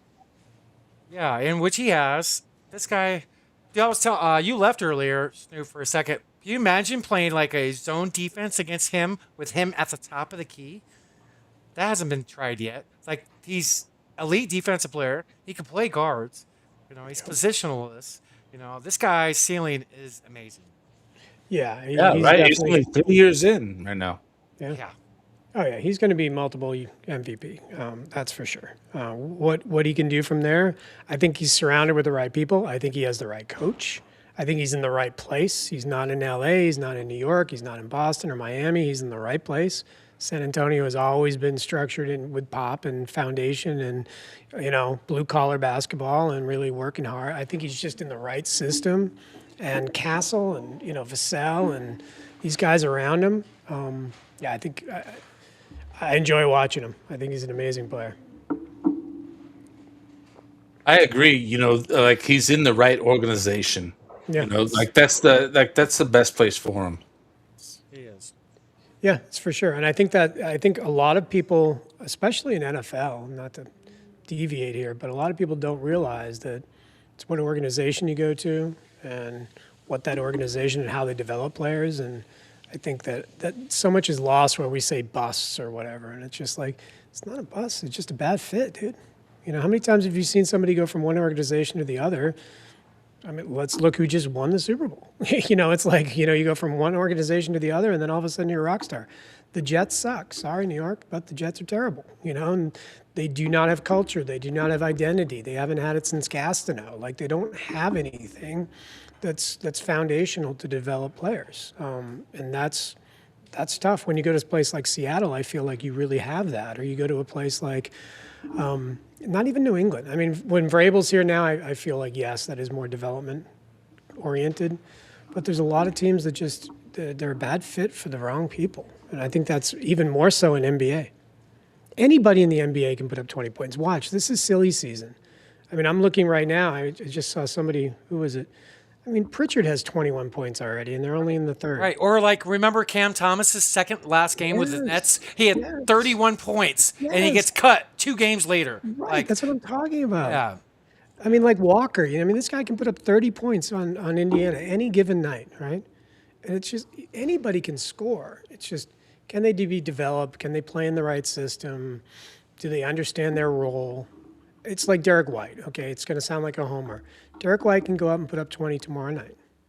But Derek White screwed me the other night. I believe he had 6 points. I needed him for 10. I don't bet Derek that much. But he was starting to shoot, and I'm like, all right, I need him for 10. He's going to get 10. He just deferred and deferred and deferred. I think he had 3 steals that game, 1 block, you know, 6 assists, and 4 rebounds. It's like he does what he has to do within the system now that Tatum is back. He doesn't need to be a scorer. He needs to be the defensive guy. Do you know what I'm saying? Hey, Siri, can Snoop Von Poop score 20 points in today's NBA? Survey says Plus 112.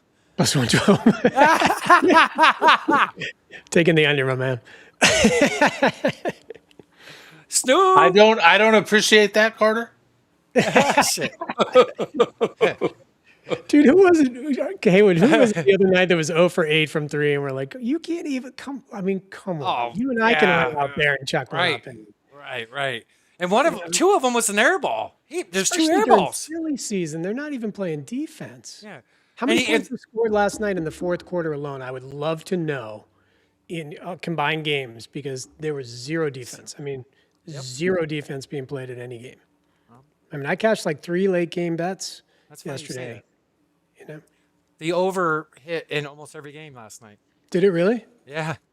That's crazy. So I know we got 2 more segments. I know we want to talk about NBA live betting with Carter, but I know we want to do some Suns talk as well. I got one little nugget I want to talk about real quick, before we get in the Suns.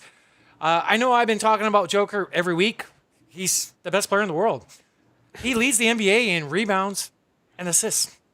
He leads the NBA, folks. This guy's a center. This guy is the best player in the world. He's my MVP. They've won 10 games in a row. The NBA needs to look out. Straight up. That's enough said. That's all I'm going to say about that. Is he even eligible for the NBA awards this season? By the way, this is my sibling that I was talking. I mean, my sibling, my Oh, my child I was talking about earlier. So, Hello, sibling. hey, sure. yeah, we're the same age. Look at us, we're kids. This is Griffin, by the way. Hi. What's up, Griffin? Griffin was quite the flag football player back in the day, right? Always spread him on Her, I know her. Okay. Don't expose the dynasty. I know, right? Actually, enjoyed coaching. Quick thoughts Sorry. on Joker, guys. Just quick thoughts. The average is triple-double. Second time in history that's been done 2 seasons in a row behind Westbrook. Even Oscar Robertson didn't even do Am it. I overthinking it? Because he's not, like, I always think about a player like Joker and say, if he was conditioned, what could he do? Maybe he is conditioned. That's just how he is. He's a farm boy. So maybe you, you're right. so you think he could be better? Yes. I just think his I don't know, man. I just feel like he plods, and I know that's his game. Don't get me wrong. I mean, I watch enough Joker. I get it.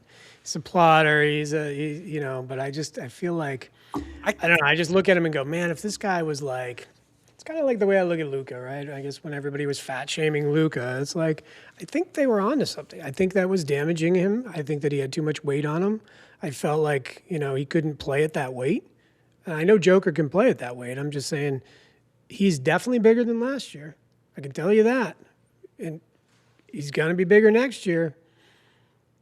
So, Dude, guys, I thought and about I this don't really have an earlier. opinion on it. I know he's an amazing player. I'm not saying his Right, weight right. is effective or ineffective. But, I'm just saying, could he be Could like? he be better? Yeah. Snoop, can you name what centers are better than him in history? I can only name 2.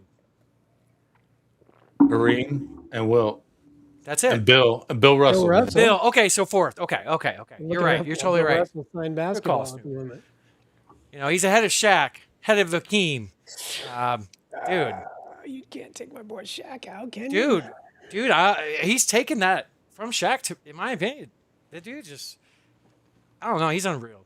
He's just unreal. I talk about him every week, but this dude's. This is my son with Shaquille. Shaq.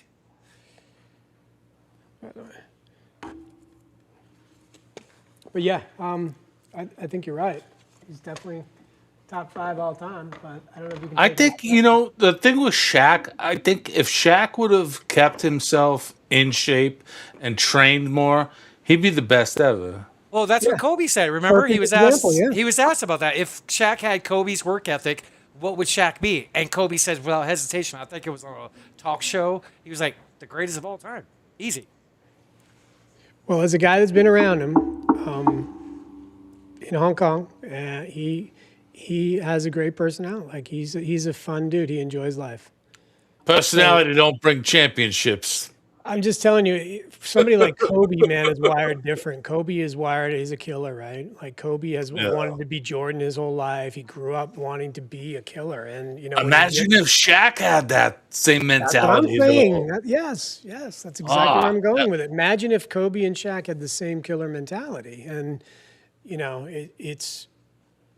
it's tough to put those two together. It's oil and water, right? It's a guy that's literally coming out for practice naked with flopping all around, with Kobe going, man, can we just get serious and put in the time and work on this play, and like that's hard. That's a hard dichotomy to digest as a teammate, I'm sure, when you're just wired to kill, I will say this: nobody had more nicknames than Shaq. That's for sure. No more what? He had the most nicknames of any superstar ever.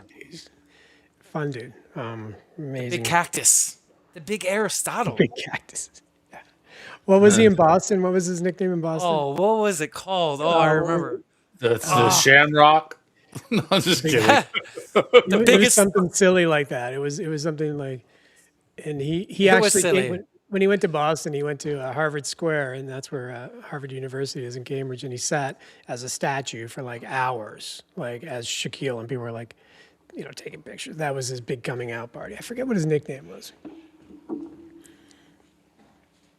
McBride That's it keeps for- missing. God damn McBride. The big. What the heck? It's on the tip of my tongue. We're gonna have to look that up. I think it was the Big Shamrock. The Big Shamrock. Sounds Oh right. my god! I just made that shit up, dude. You Dude, guys, I'm being serious. I'm checking. Look it up, Carter. I am. The biggest The leprechaun Big ever. Shamrock. That was his Yeah. name. Big Shamrock. Look at you. He embraced the moniker upon signing with the team. Right? Yep. That was it. His nickname was the Big Shamrock. That's funny. So I'm done with NBA news. Snoop, should we roll into some Suns news? yeah. Well, isn't that NBA news? Yeah. So I want to do a cheers to my Phoenix Suns and Snoop's Phoenix Suns. I want to say thank you to the owner, the GM, and the coach and the players to make the playoffs this year with so much national negativity against them and not giving them any love. Thank you for this season. It's a success. I don't care what they do moving forward. Making the playoffs after the last 2 years of garbage that we had with Beal, KD, being cancers, we have a team. They're fun to watch. So I want to do a cheers. The Suns are officially the 7th seed, and they made the playoffs. So I'm down with that. Give an applause to the Suns, Snoop.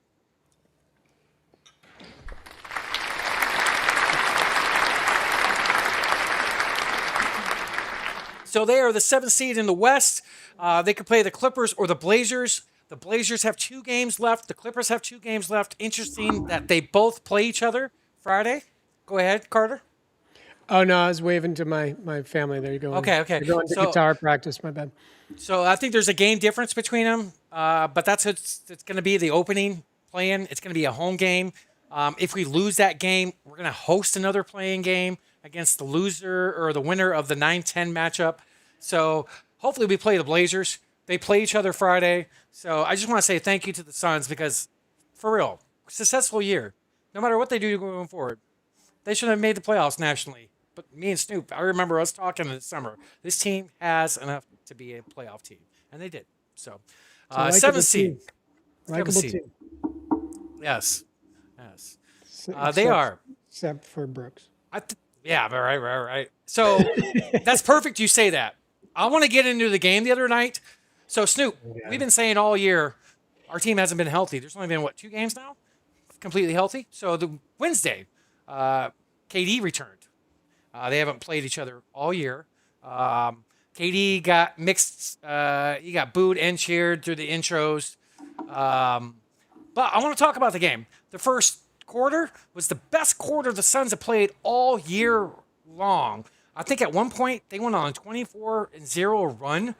They end up losing the game by 14 in the second half. So, 2 things. A, Dylan Brooks should have shut his mouth and not talk shit to Kevin Durant. So in the first quarter, at the end of the first quarter, there's it's all over social media. Dylan Brooks and KD. Dylan Brooks was just talking shit to him, and he didn't say a word to him before that. And KD was off. Dylan Brooks only had like 2 points. He started yapping at KD, and then KD went off. I think he had like 5 or 6 threes. He didn't make a shot before that. That kind of triggered KD. So I didn't like that. It was arguably our best quarter and arguably our worst second half. Molly Watch is a stud. It was the first time he started a game. He had 13, 14 rebounds, 3 or 4 blocks. He had a huge double block last night's game. But Dylan Brooks yapping at KD, I didn't like. It was good to see our team healthy. Now, last night's game, Green got hurt. He did try to come back in the game, but they held him back. So, again, another injury.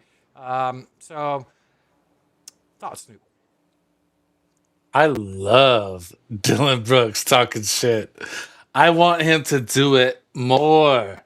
This is what the Phoenix Suns organization has needed for the last 30 fucking years.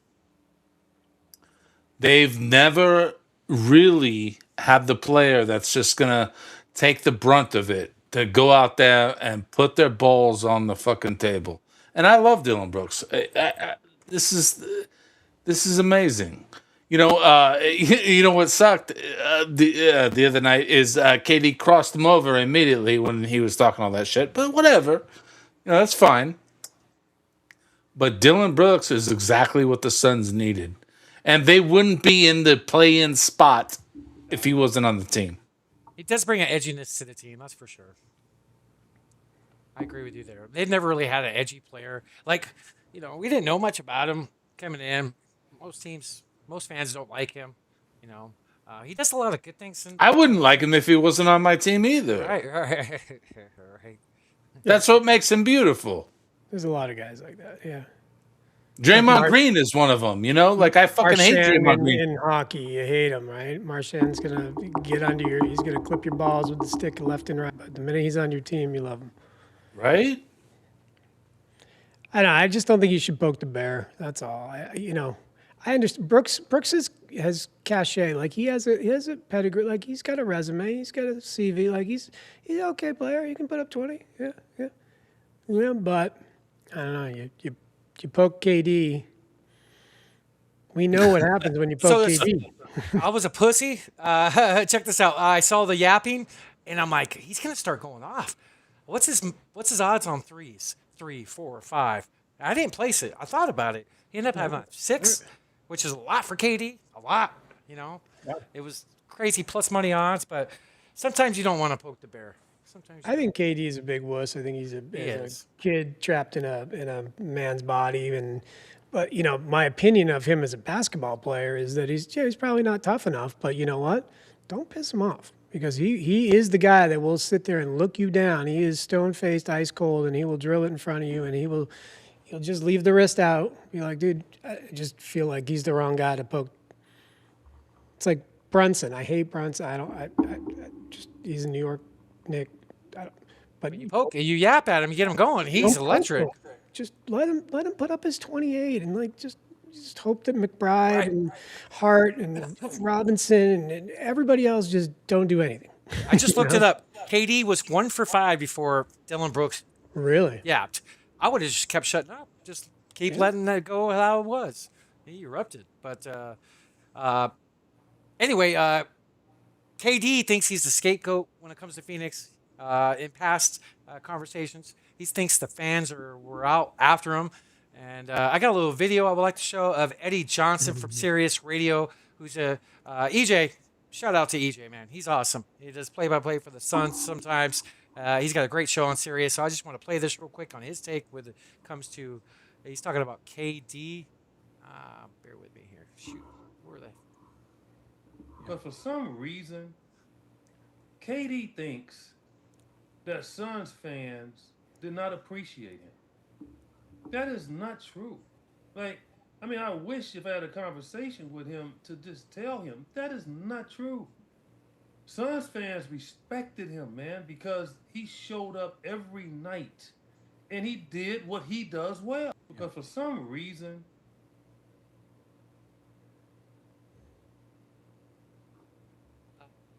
Earlier in the year, he was talking. He just talked a lot of smack when it comes to Phoenix. He thinks the fans, in a nutshell, just didn't like him, and I think he's kind of, how do I say this? You know, with the burner accounts, Yeah. he's kind of salty when it comes to anything being positive, because there is positive things being thrown at him, and he just deflects them. I saw it on social media last summer, all over the place. I think you're right.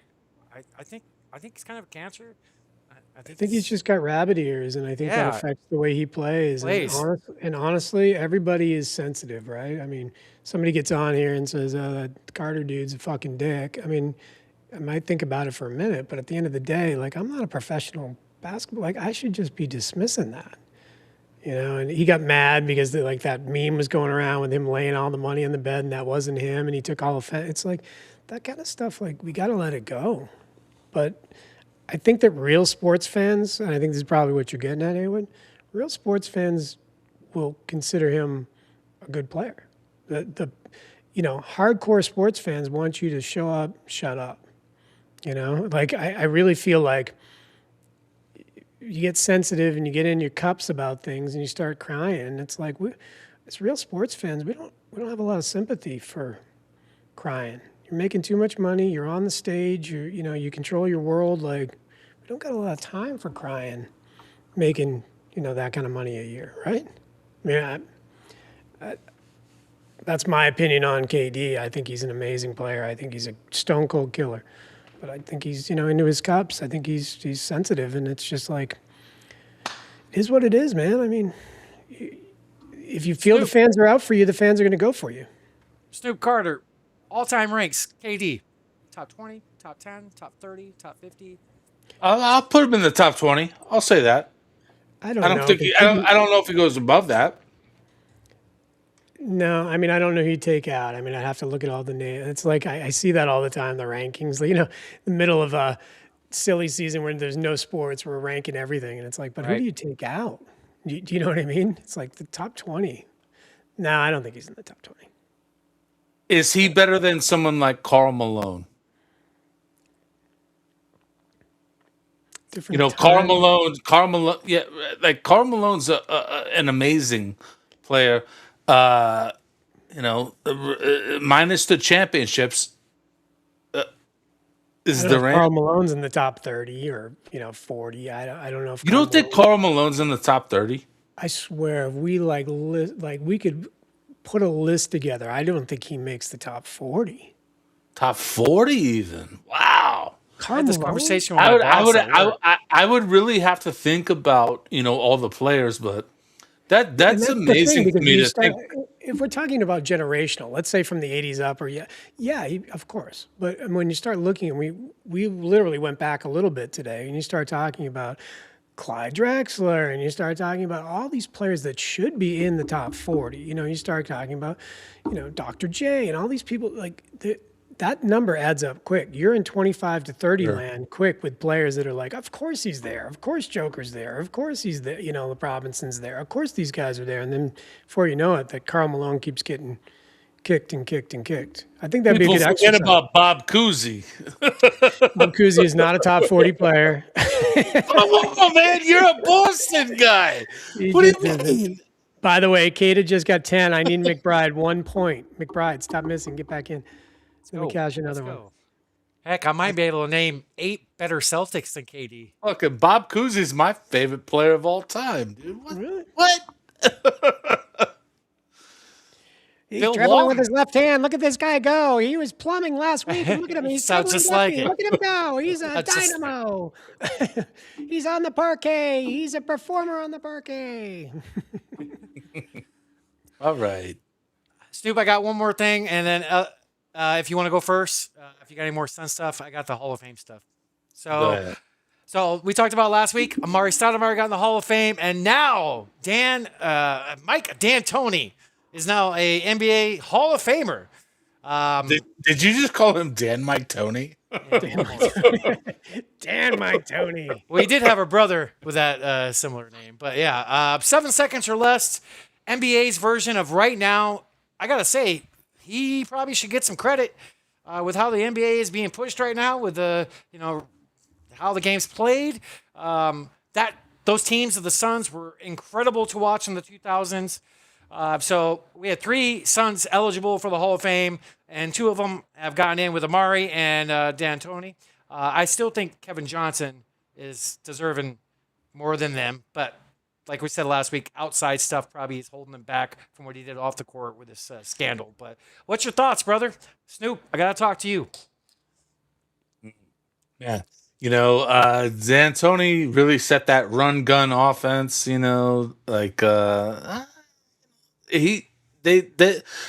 let's be honest. Phoenix got fucked, in the playoffs that year with the Spurs, and so they need to be in there. He consistently won 50 plus games every season that he coached. Absolutely, he should be in there. What he did for the game changed the game. I wouldn't say he's one of the greatest coaches ever. Just what he brought and how the game changed.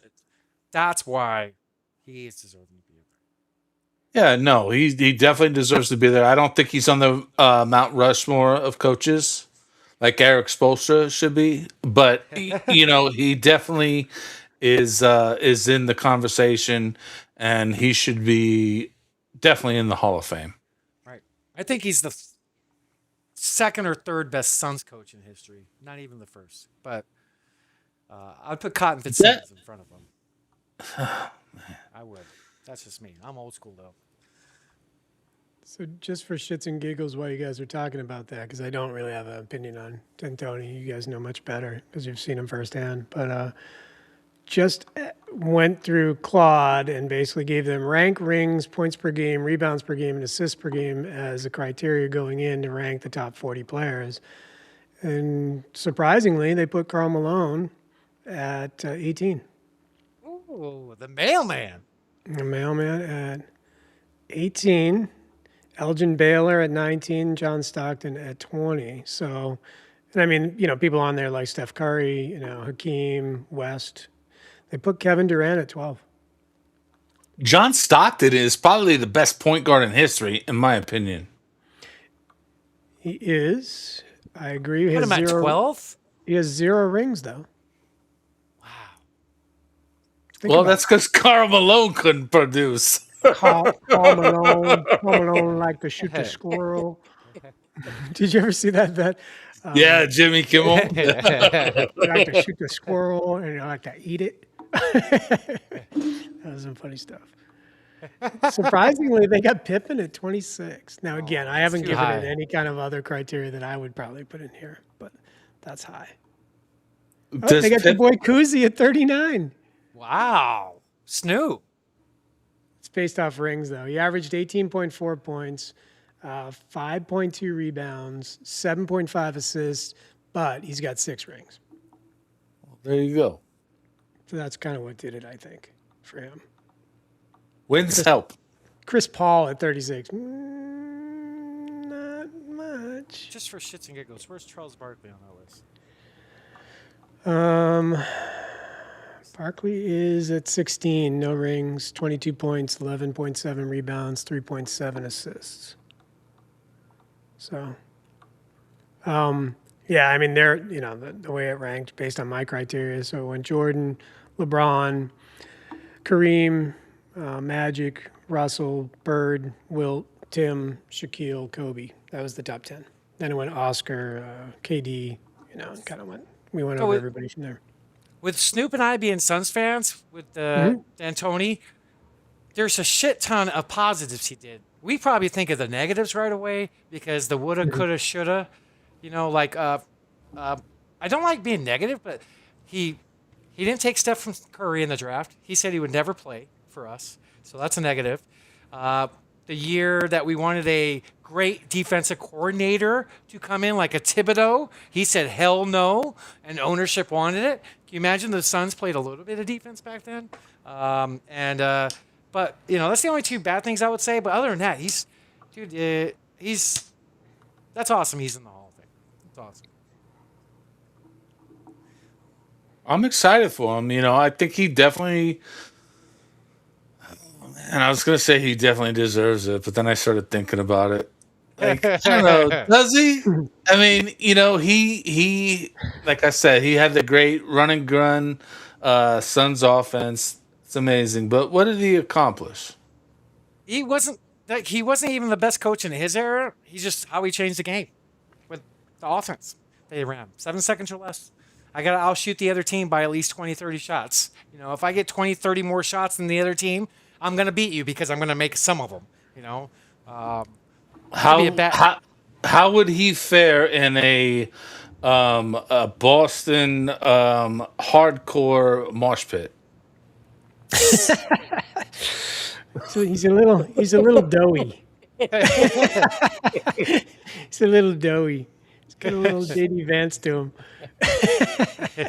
Sorry, we don't want to steer it anywhere.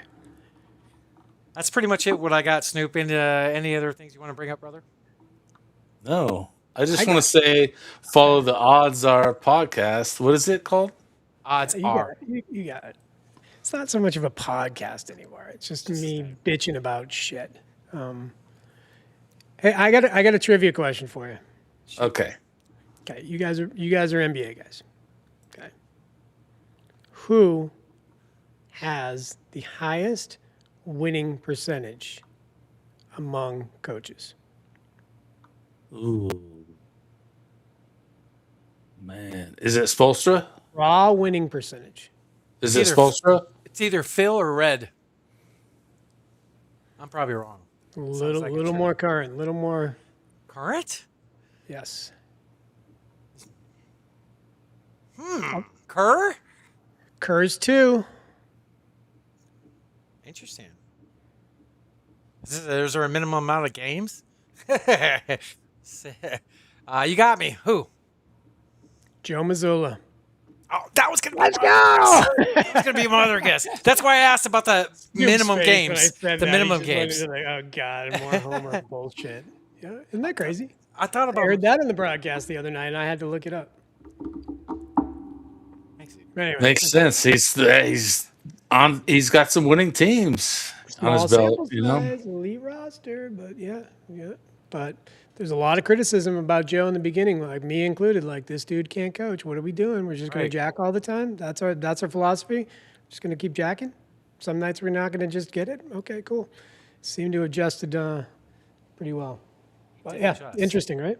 Yeah, and didn't we talk about it last summer? There was a little bit of there was like a disconnect, like during training camp or something. There was like rumors of disconnect with the players and him, but over the time, dude, he's done great. I think that he's also a very and again, I have no insight and I don't know. He just seems like a dude that's like, he's maybe close to the spectrum. I don't know, the way like he looks at he's very like super dry. Like, it just, I don't know. His personality is different. Do you know what I mean? And I think that's from the outside looking in, it's kind of like, he doesn't seem like a good coach. I just feel like there's a snap judgment on him from kind of the way he conducts himself or looks or talks or acts or gives his interviews, But yeah, I'm convinced now. Especially what he's done without Tatum on. Yeah, for sure. For sure. We need overtime, by the way, in the Celtics-Knicks because I need McBride to get back in because he missed a free throw, of course, to not cover 5 points so we could cash another one, brother. So one thing I was going to do was going to do some live betting with you, but there's not enough games on the slate tonight. Yeah, not much. It's kind of quiet. And it's late. But Snoop, that's all the stuff I have. Do you have anything more before we dive into Carter's NBA live betting segment? I don't think so. Go ahead. So all the people at home, I'm bringing Carter on for a reason. He's been on a heater. A little bit of downtime a few weeks ago with betting because of silly season. But like he said, what was the biggest words that he said? Adjusting how you bet during silly season. And he's definitely have. So what I want to do is have Carter tell you what he's been seeing when it comes to NBA live betting. Folks, there's not many people in the world that NBA live bettors. That's why this guy right here is one of the best. And I'm proud to have him on. So, Carter, tell the folks at home what you've been seeing, reads, what time frame are you placing bets?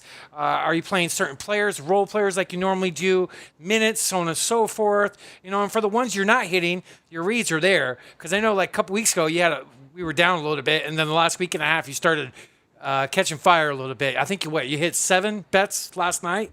7, right? 7. Right? Yeah, I've been hitting 7, 8, 9 pretty consistently. Now, again, when I say I'm hitting, again, I'm in plus 100, plus 200 territory, but I don't hesitate to put 100 or 200 on a plus 100 now.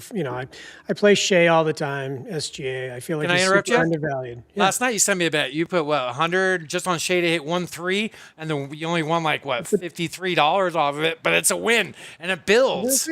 I'm gonna take it, and I think that's going back. So I've been betting a long time, man. I've been at the track since I was 18.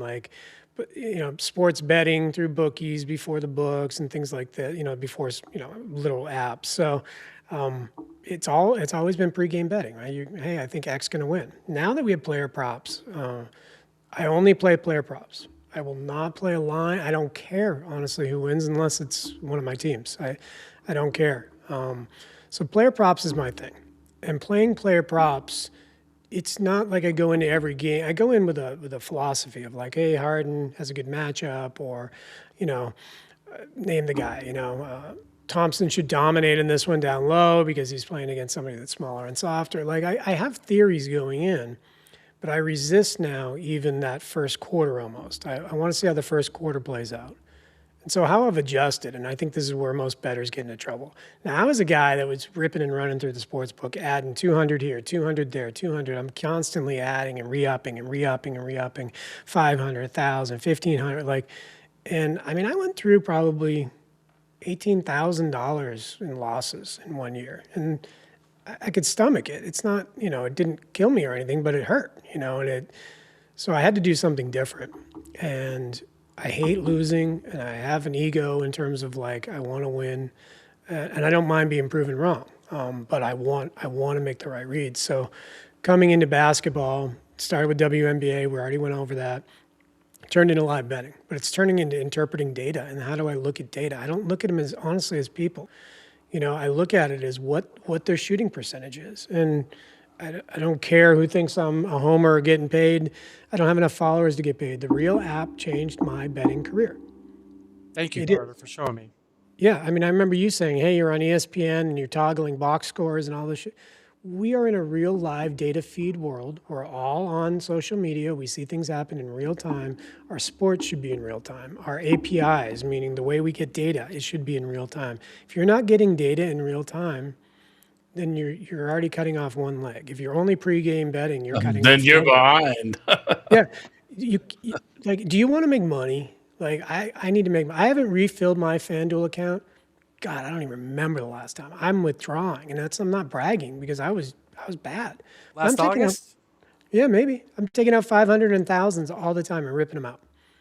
My wife at one point was asking me questions like, how much are we betting and what are we doing and this and that? And I showed her and she was like, holy shit, you're really good at this. I'm like, I'm pretty good because if I can get in my tunnel, and this is my tunnel, and I can put my 3 phones in front of me, you know, and I should have more, you know, and I can watch the games in real time.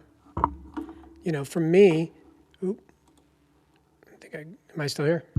Yeah. Press the button. Yeah, you know, for me, that's how I consume. I consume data, and I'm a numbers guy. I'm a CFO. I consume numbers. So I'm just looking at data. So what I do is I go to the Real app on my phone, and I go to each game, and I pull up the games that I'm interested in betting, and I go to FanDuel, and I'll be super quick because I don't want to be super elongated with this, but I will share my screen if you allow me to. And I'll try to bump it up a little bit here. But here's what people do. They come in here and they'll click on like NBA, and they don't realize that they'll go in each game and they'll try to figure out exactly what to bet in real time. So we go to the NBA button and we go to Parlay Builder. And Parlay Builder is the biggest cheat. And to my knowledge, I don't know why they do this, because this is an unfair advantage for us, first the house. We hit Parlay Builder and it's going to give us this 10, 15, 20, 25, and 30. Then it also gives us the amount of twos and rebounds.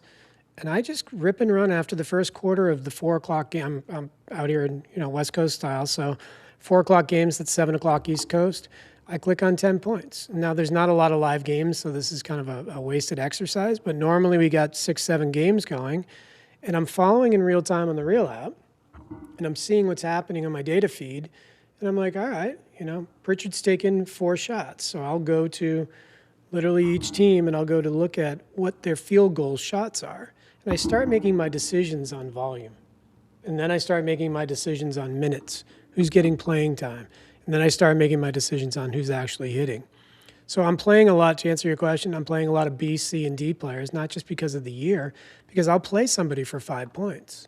I don't mind playing somebody for 5 points. In fact, the bet that I have live right now, of course, McBride missed his free throw. So, you know, Keita for 10, McBride for 5, Robinson for 5, and Mitchell for, you know, 10. So that's a plus 210.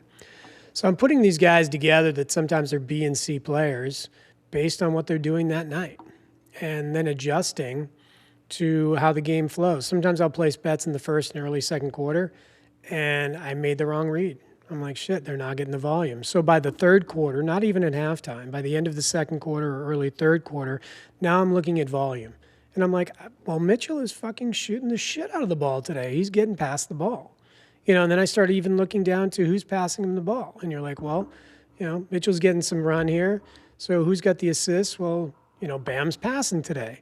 So Bam's going to pass to a cutting Mitchell, you know. So I just start making those reads in real time about like how I can find real data, real time, and then I can put it together in a 3, 4, 5, 6 man parlay to get the most value that I can, knowing that anything over 200, 250, you know, it's a slot machine.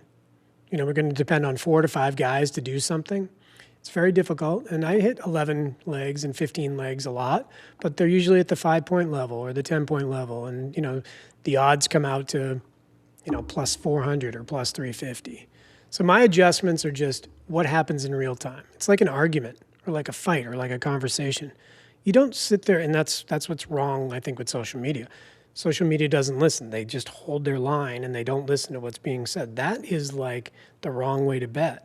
The right way to bet is, holy shit, Snoop's got a point on this. Like, that's a good point. I didn't think about it that way. That is a good conspiracy that maybe the ball is like moving around, or maybe they can influence the ball. I'm going to change my argument a little bit and start adopting some of the shit that he says because he's making sense, right? So not being scared to like adjust your betting style in real time, even that same night or that same 10 minutes later, and being able to say, well, fuck it, Bam is not on today. I'm not playing. I'm going to play him for assists. Or Mitchell's the guy tonight, and I'm still watching. He's still jacking. So that's what I'm doing. I'm just making adjustments in real time, and it changed the way that I win. It changed the way that I bet. I clear $200 to $300 pretty much regularly in terms of winnings. And don't get me wrong, I don't win it every night. But there was a time there that I went 45 days, and I only didn't hit a bet for 3 nights in a row, and there was only a 6-day window where I wasn't profitable. If I can lock in and do that, it's just my brain works, it processes quickly. You know, it's like a debate somebody that's really good at debating, right? They can see Snoop's weakness or whatever, and they can take advantage of it in a debate by turning it on them. And I feel like that's live betting to me, is how do I use the data as fast as possible with more data to put it together to make money? And that's all I've been doing, man. I look at it as like day trading or stock trading. I'm trading a lot of oil right now. I'm trading a lot of futures, a lot of options, and I'm trying to do it in real time based on data. I'm trying to up my game. Somebody said, oh, you don't post or do much betting anymore. I still bet, but now I'm betting, on a market that has swings of $4, $5, $6, $10,000 that are like, it's like a fucking roller coaster sometimes, especially what's happening with oil. Somebody in the government says something stupid and oil tanks, something happens and the strait gets closed. Oil goes through the rail. I mean, it's just like anticipating what's happening in real time. Again, it's just data. Now I'm taking data from what people are saying on social media, and I'm trying to apply that to futures and options in the stock market. Same thing with betting. So yeah, it's complex but simple, right? And you don't need to be looking at 6 games at the same time. You can focus on one game.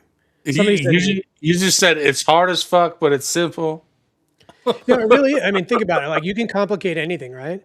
How do you make your wife happy? She's not here now, right? How do you make your wife happy? Yeah, whatever you need. Say yes. Yeah, whatever you need. Like, who cares? Is it going to inconvenience me? Yes, it's going to inconvenience me. Do I care? She's happy, I'm happy. I get to do the things I want. I get to go out with the boys. I get to watch my sports. I don't have to do chores. Like, the answer is always yes.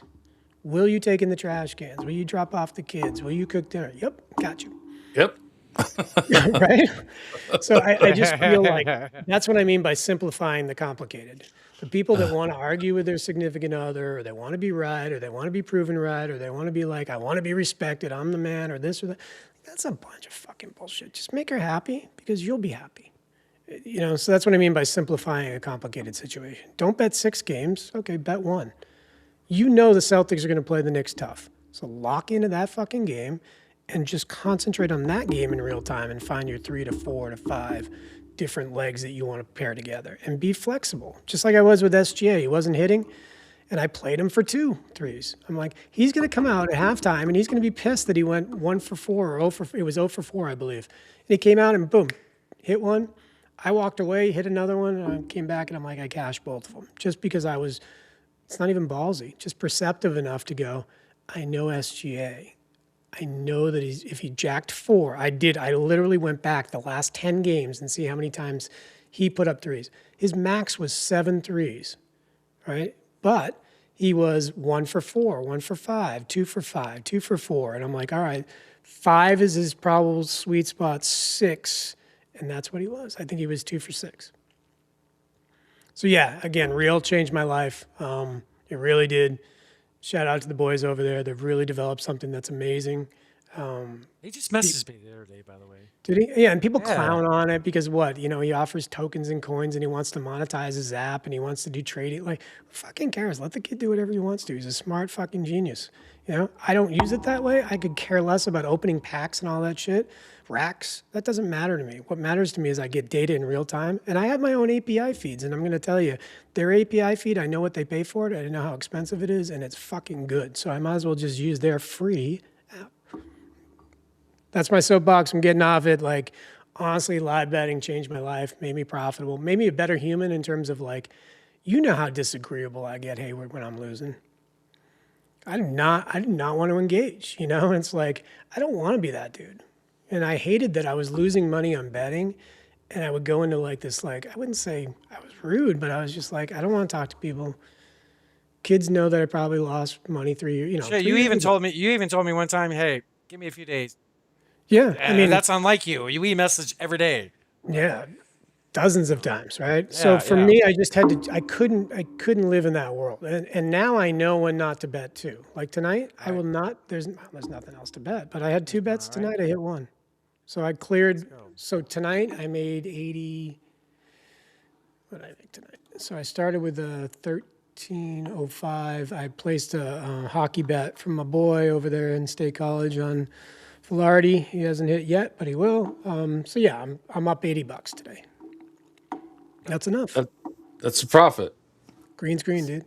So if I could maybe pick your head a little bit for the listeners at home. So Real app, use it. see what you're watching in real time. Maybe pick on some of the role players in silly season. Sweet spot, maybe early second quarter. Yep. Sweet spot. Do you question if you put a 6 leg together? Your next 6 leg, are you going to include players from that original leg? Like, are you going to have multiple slips with similar players? Yeah, and I do that a lot. And that's like when I find like, I don't know, it's a feeling, right? You're like, oh, dude, Larson's going off tonight. Like, he's just got the volume and it's just not falling for him. Like, I will include Larson. I will include Grimes. I will include Pritchard. Like, yeah, I will recycle the same guys and then I will add or subtract the guys that I feel aren't performing or aren't going to cover. And they, so yeah, I do recycle them. But I'll build, sometimes I got 10 to 12 bets going and 80% of the guys are the same dudes. Okay. Another question. If it's sweet spot is, early second, if there's a 15 to 20 point lead, does that make you more hesitant or does that make you more confident for those role players?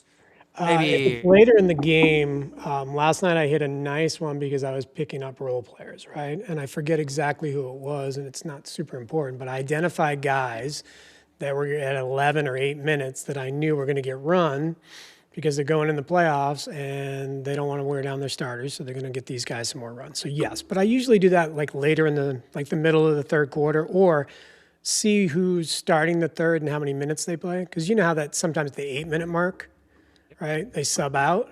So I'll see at the 8:30, 8-minute mark if they're really subbing anybody out. And if they're subbing out some of the starters at the 8.5-minute mark instead of the 5-minute mark, then fuck yeah, I'll jump on those guys. okay. I know you hit a couple late game live bets as well, like competitive games that you sent me. Like if somebody, what was it last night? 25 points. Who was the guy that you sent me into the odds? But like you've been having success with some later game in-game live betting, like if it's competitive as well.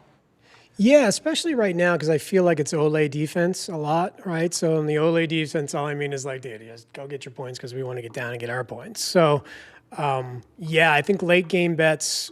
If somebody's at 18 going in the fourth, and it's somebody trying That was going to shoot, it's going to score. Yeah, Like I did one. Like what was it? Like a couple nights ago, I didn't share this with you. If Eli had 18, like Danny Avia, right, one of our guys in Portland. I put him for 25. It was minus like 106. That was one I actually did. He ended up hitting 30, and the game was close. So certain guys you're picking on that are going to shoot the rock in that fourth quarter if it's a good like game. Tatum. Like Tatum went into the fourth yesterday, and I think he had 18. I think I played him for 25 or something. Like I forget if it was Tatum or not. But like Brandon Miller, he's the go-to guy that kind of slow plays the first and second. And if it's a pretty competitive game, he's going to come out firing. Brandon Miller's always good for 15. If he's really, get the volume, I can play him and juice him up to 20 and try to figure out if I can catch the book slipping. And if I, even if he's still like bad odds, it's like throw him with somebody for 10 or 5 to juice it up to negative 115 or 120. But yeah, late game as well. I've been doing a lot more late game, like late. I'm talking fourth quarter betting. Yeah, and that's something that you've adapted a little bit more. Yeah, I've adapted just because it's a weird season. Like Dillingham the other night, dude went off, right?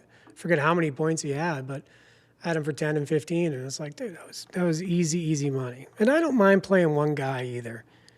Some people are like, why would you play one guy for minus 120?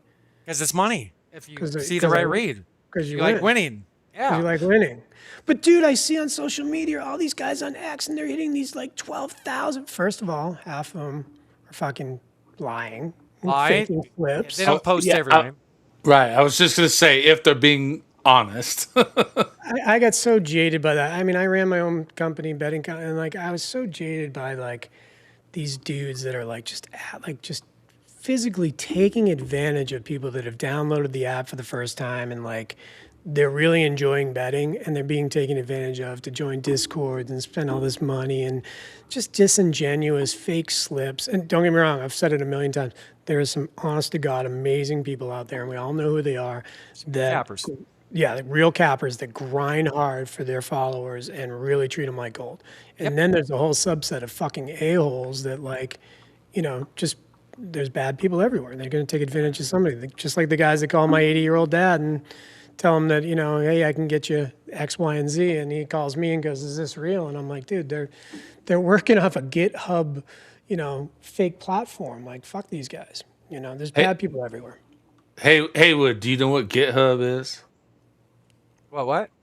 Do you know what GitHub is? No. All right.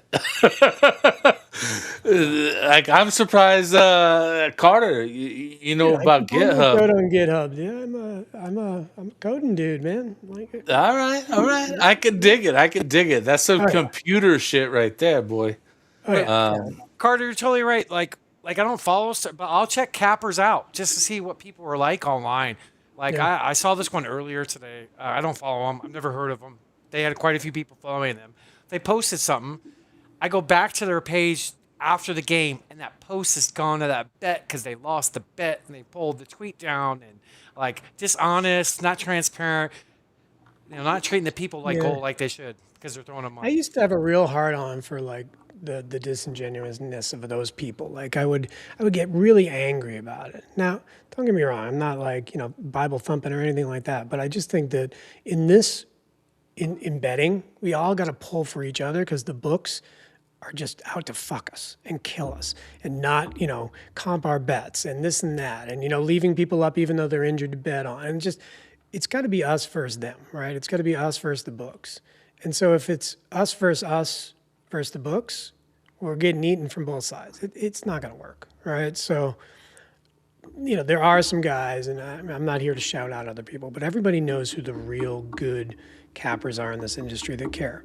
The other people, and I've done the dollars, I've set up Discords, and it's like, all right, if I get everybody paying $20, blah, blah, blah, I get 500 people in here, here's what I'm making every single month. And if I give them a discount as they end, to 15, then now I have, 700 people in my Discord paying X and blah, blah, blah, and I run this over.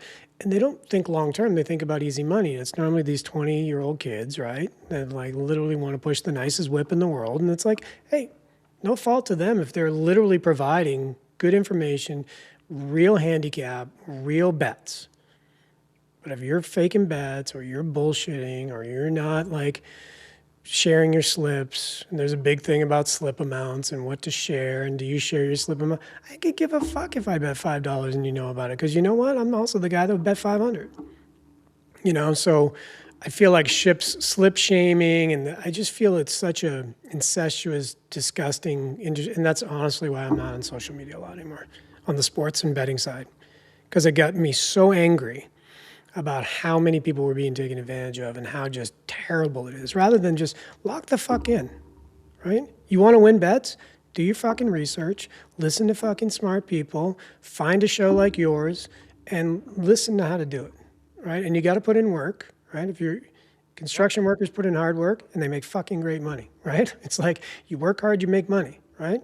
Cappers work hard, make good money. Bettors make good money. It's like you got to put in the work to get the result. And if you're not willing to put in the work and you want to be KD and cry and, be, oh, poor's me, well, then I got no sympathy for you. Go fucking get scammed by Discords. You know what I mean? I know that turned into more of my thoughts on it, but I really feel bad for college kids that can barely pay their bills, and they're like Get sucked putting into this and putting they're getting $20 in every fucking day because they're tailing Bob the Capper.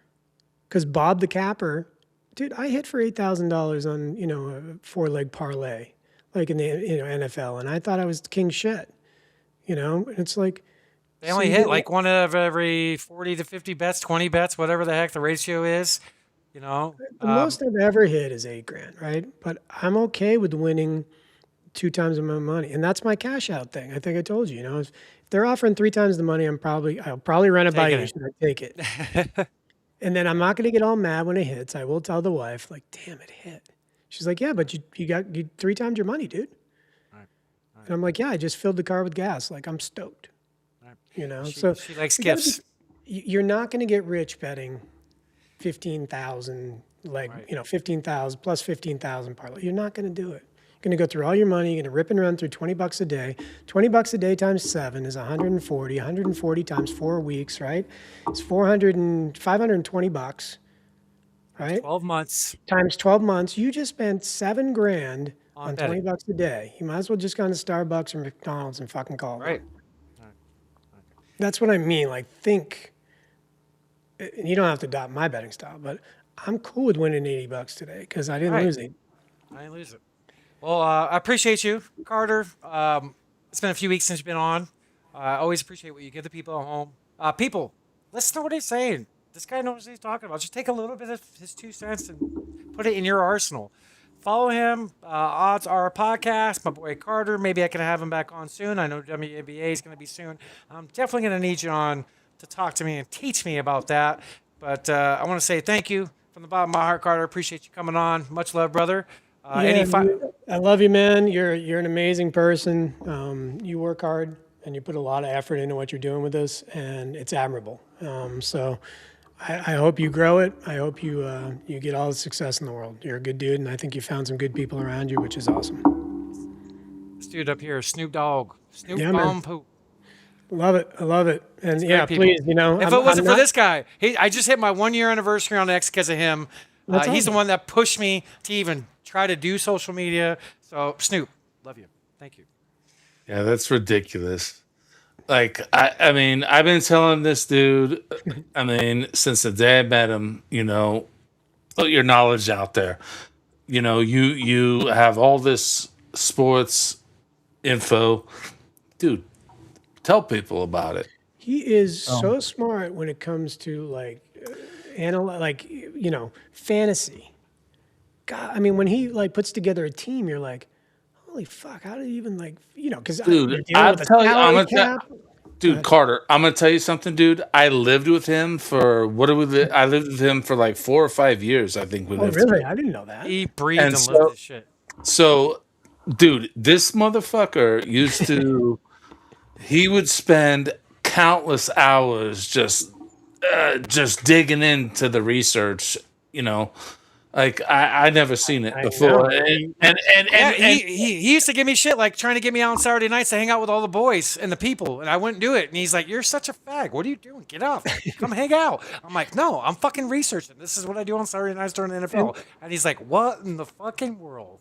Like, And that's what I love about it. Like you see things through a different lens, right? And I mean, that's what makes you successful at fantasy, And it's just like it's really, yeah, you definitely got a gift, And even when you're talking with Nick and you guys are geeking it up on, the 9th guy off the bench, and geeking it up. I just, I look at what he's done tonight. You guys are like literally analyzing, is he a good fit for my team? Is there a way that I can maximize this dude? I'm just like, can the dude put up fucking 5 points and not miss free throws? Like, you guys look at it through this intense lens. It's pretty admirable.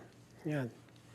But yeah, I appreciate you guys having me on. I'm not in every week, guys, because I got a certain soapbox. But yeah, have me on towards, in the middle of playoffs or something, or towards NBA. I'm down. all right. I want to thank everybody at home. Thank you so much, all 1,900 people that have come in and watched. Cheers to everybody at home. Excuse me. That's a lot, dude. Somebody show said to me, that. "Oh, they only get Can't 50 show that. views on X." I said, "They're on every platform, dude." Yeah, So- so cheers to all the people and the subs. Love you guys. It's been another great show. Snoop, Carter, any final words for the folks at home before we close out? Live bet. It's the playoff season. Let's go. Let's go, Golden Knights. Love it. Carter, don't go anywhere. I'd like to talk to you off camera after a second. I just want to say thank you, everybody, for watching another episode of The Pick Is In every Thursday nights at 8 p.m. Eastern.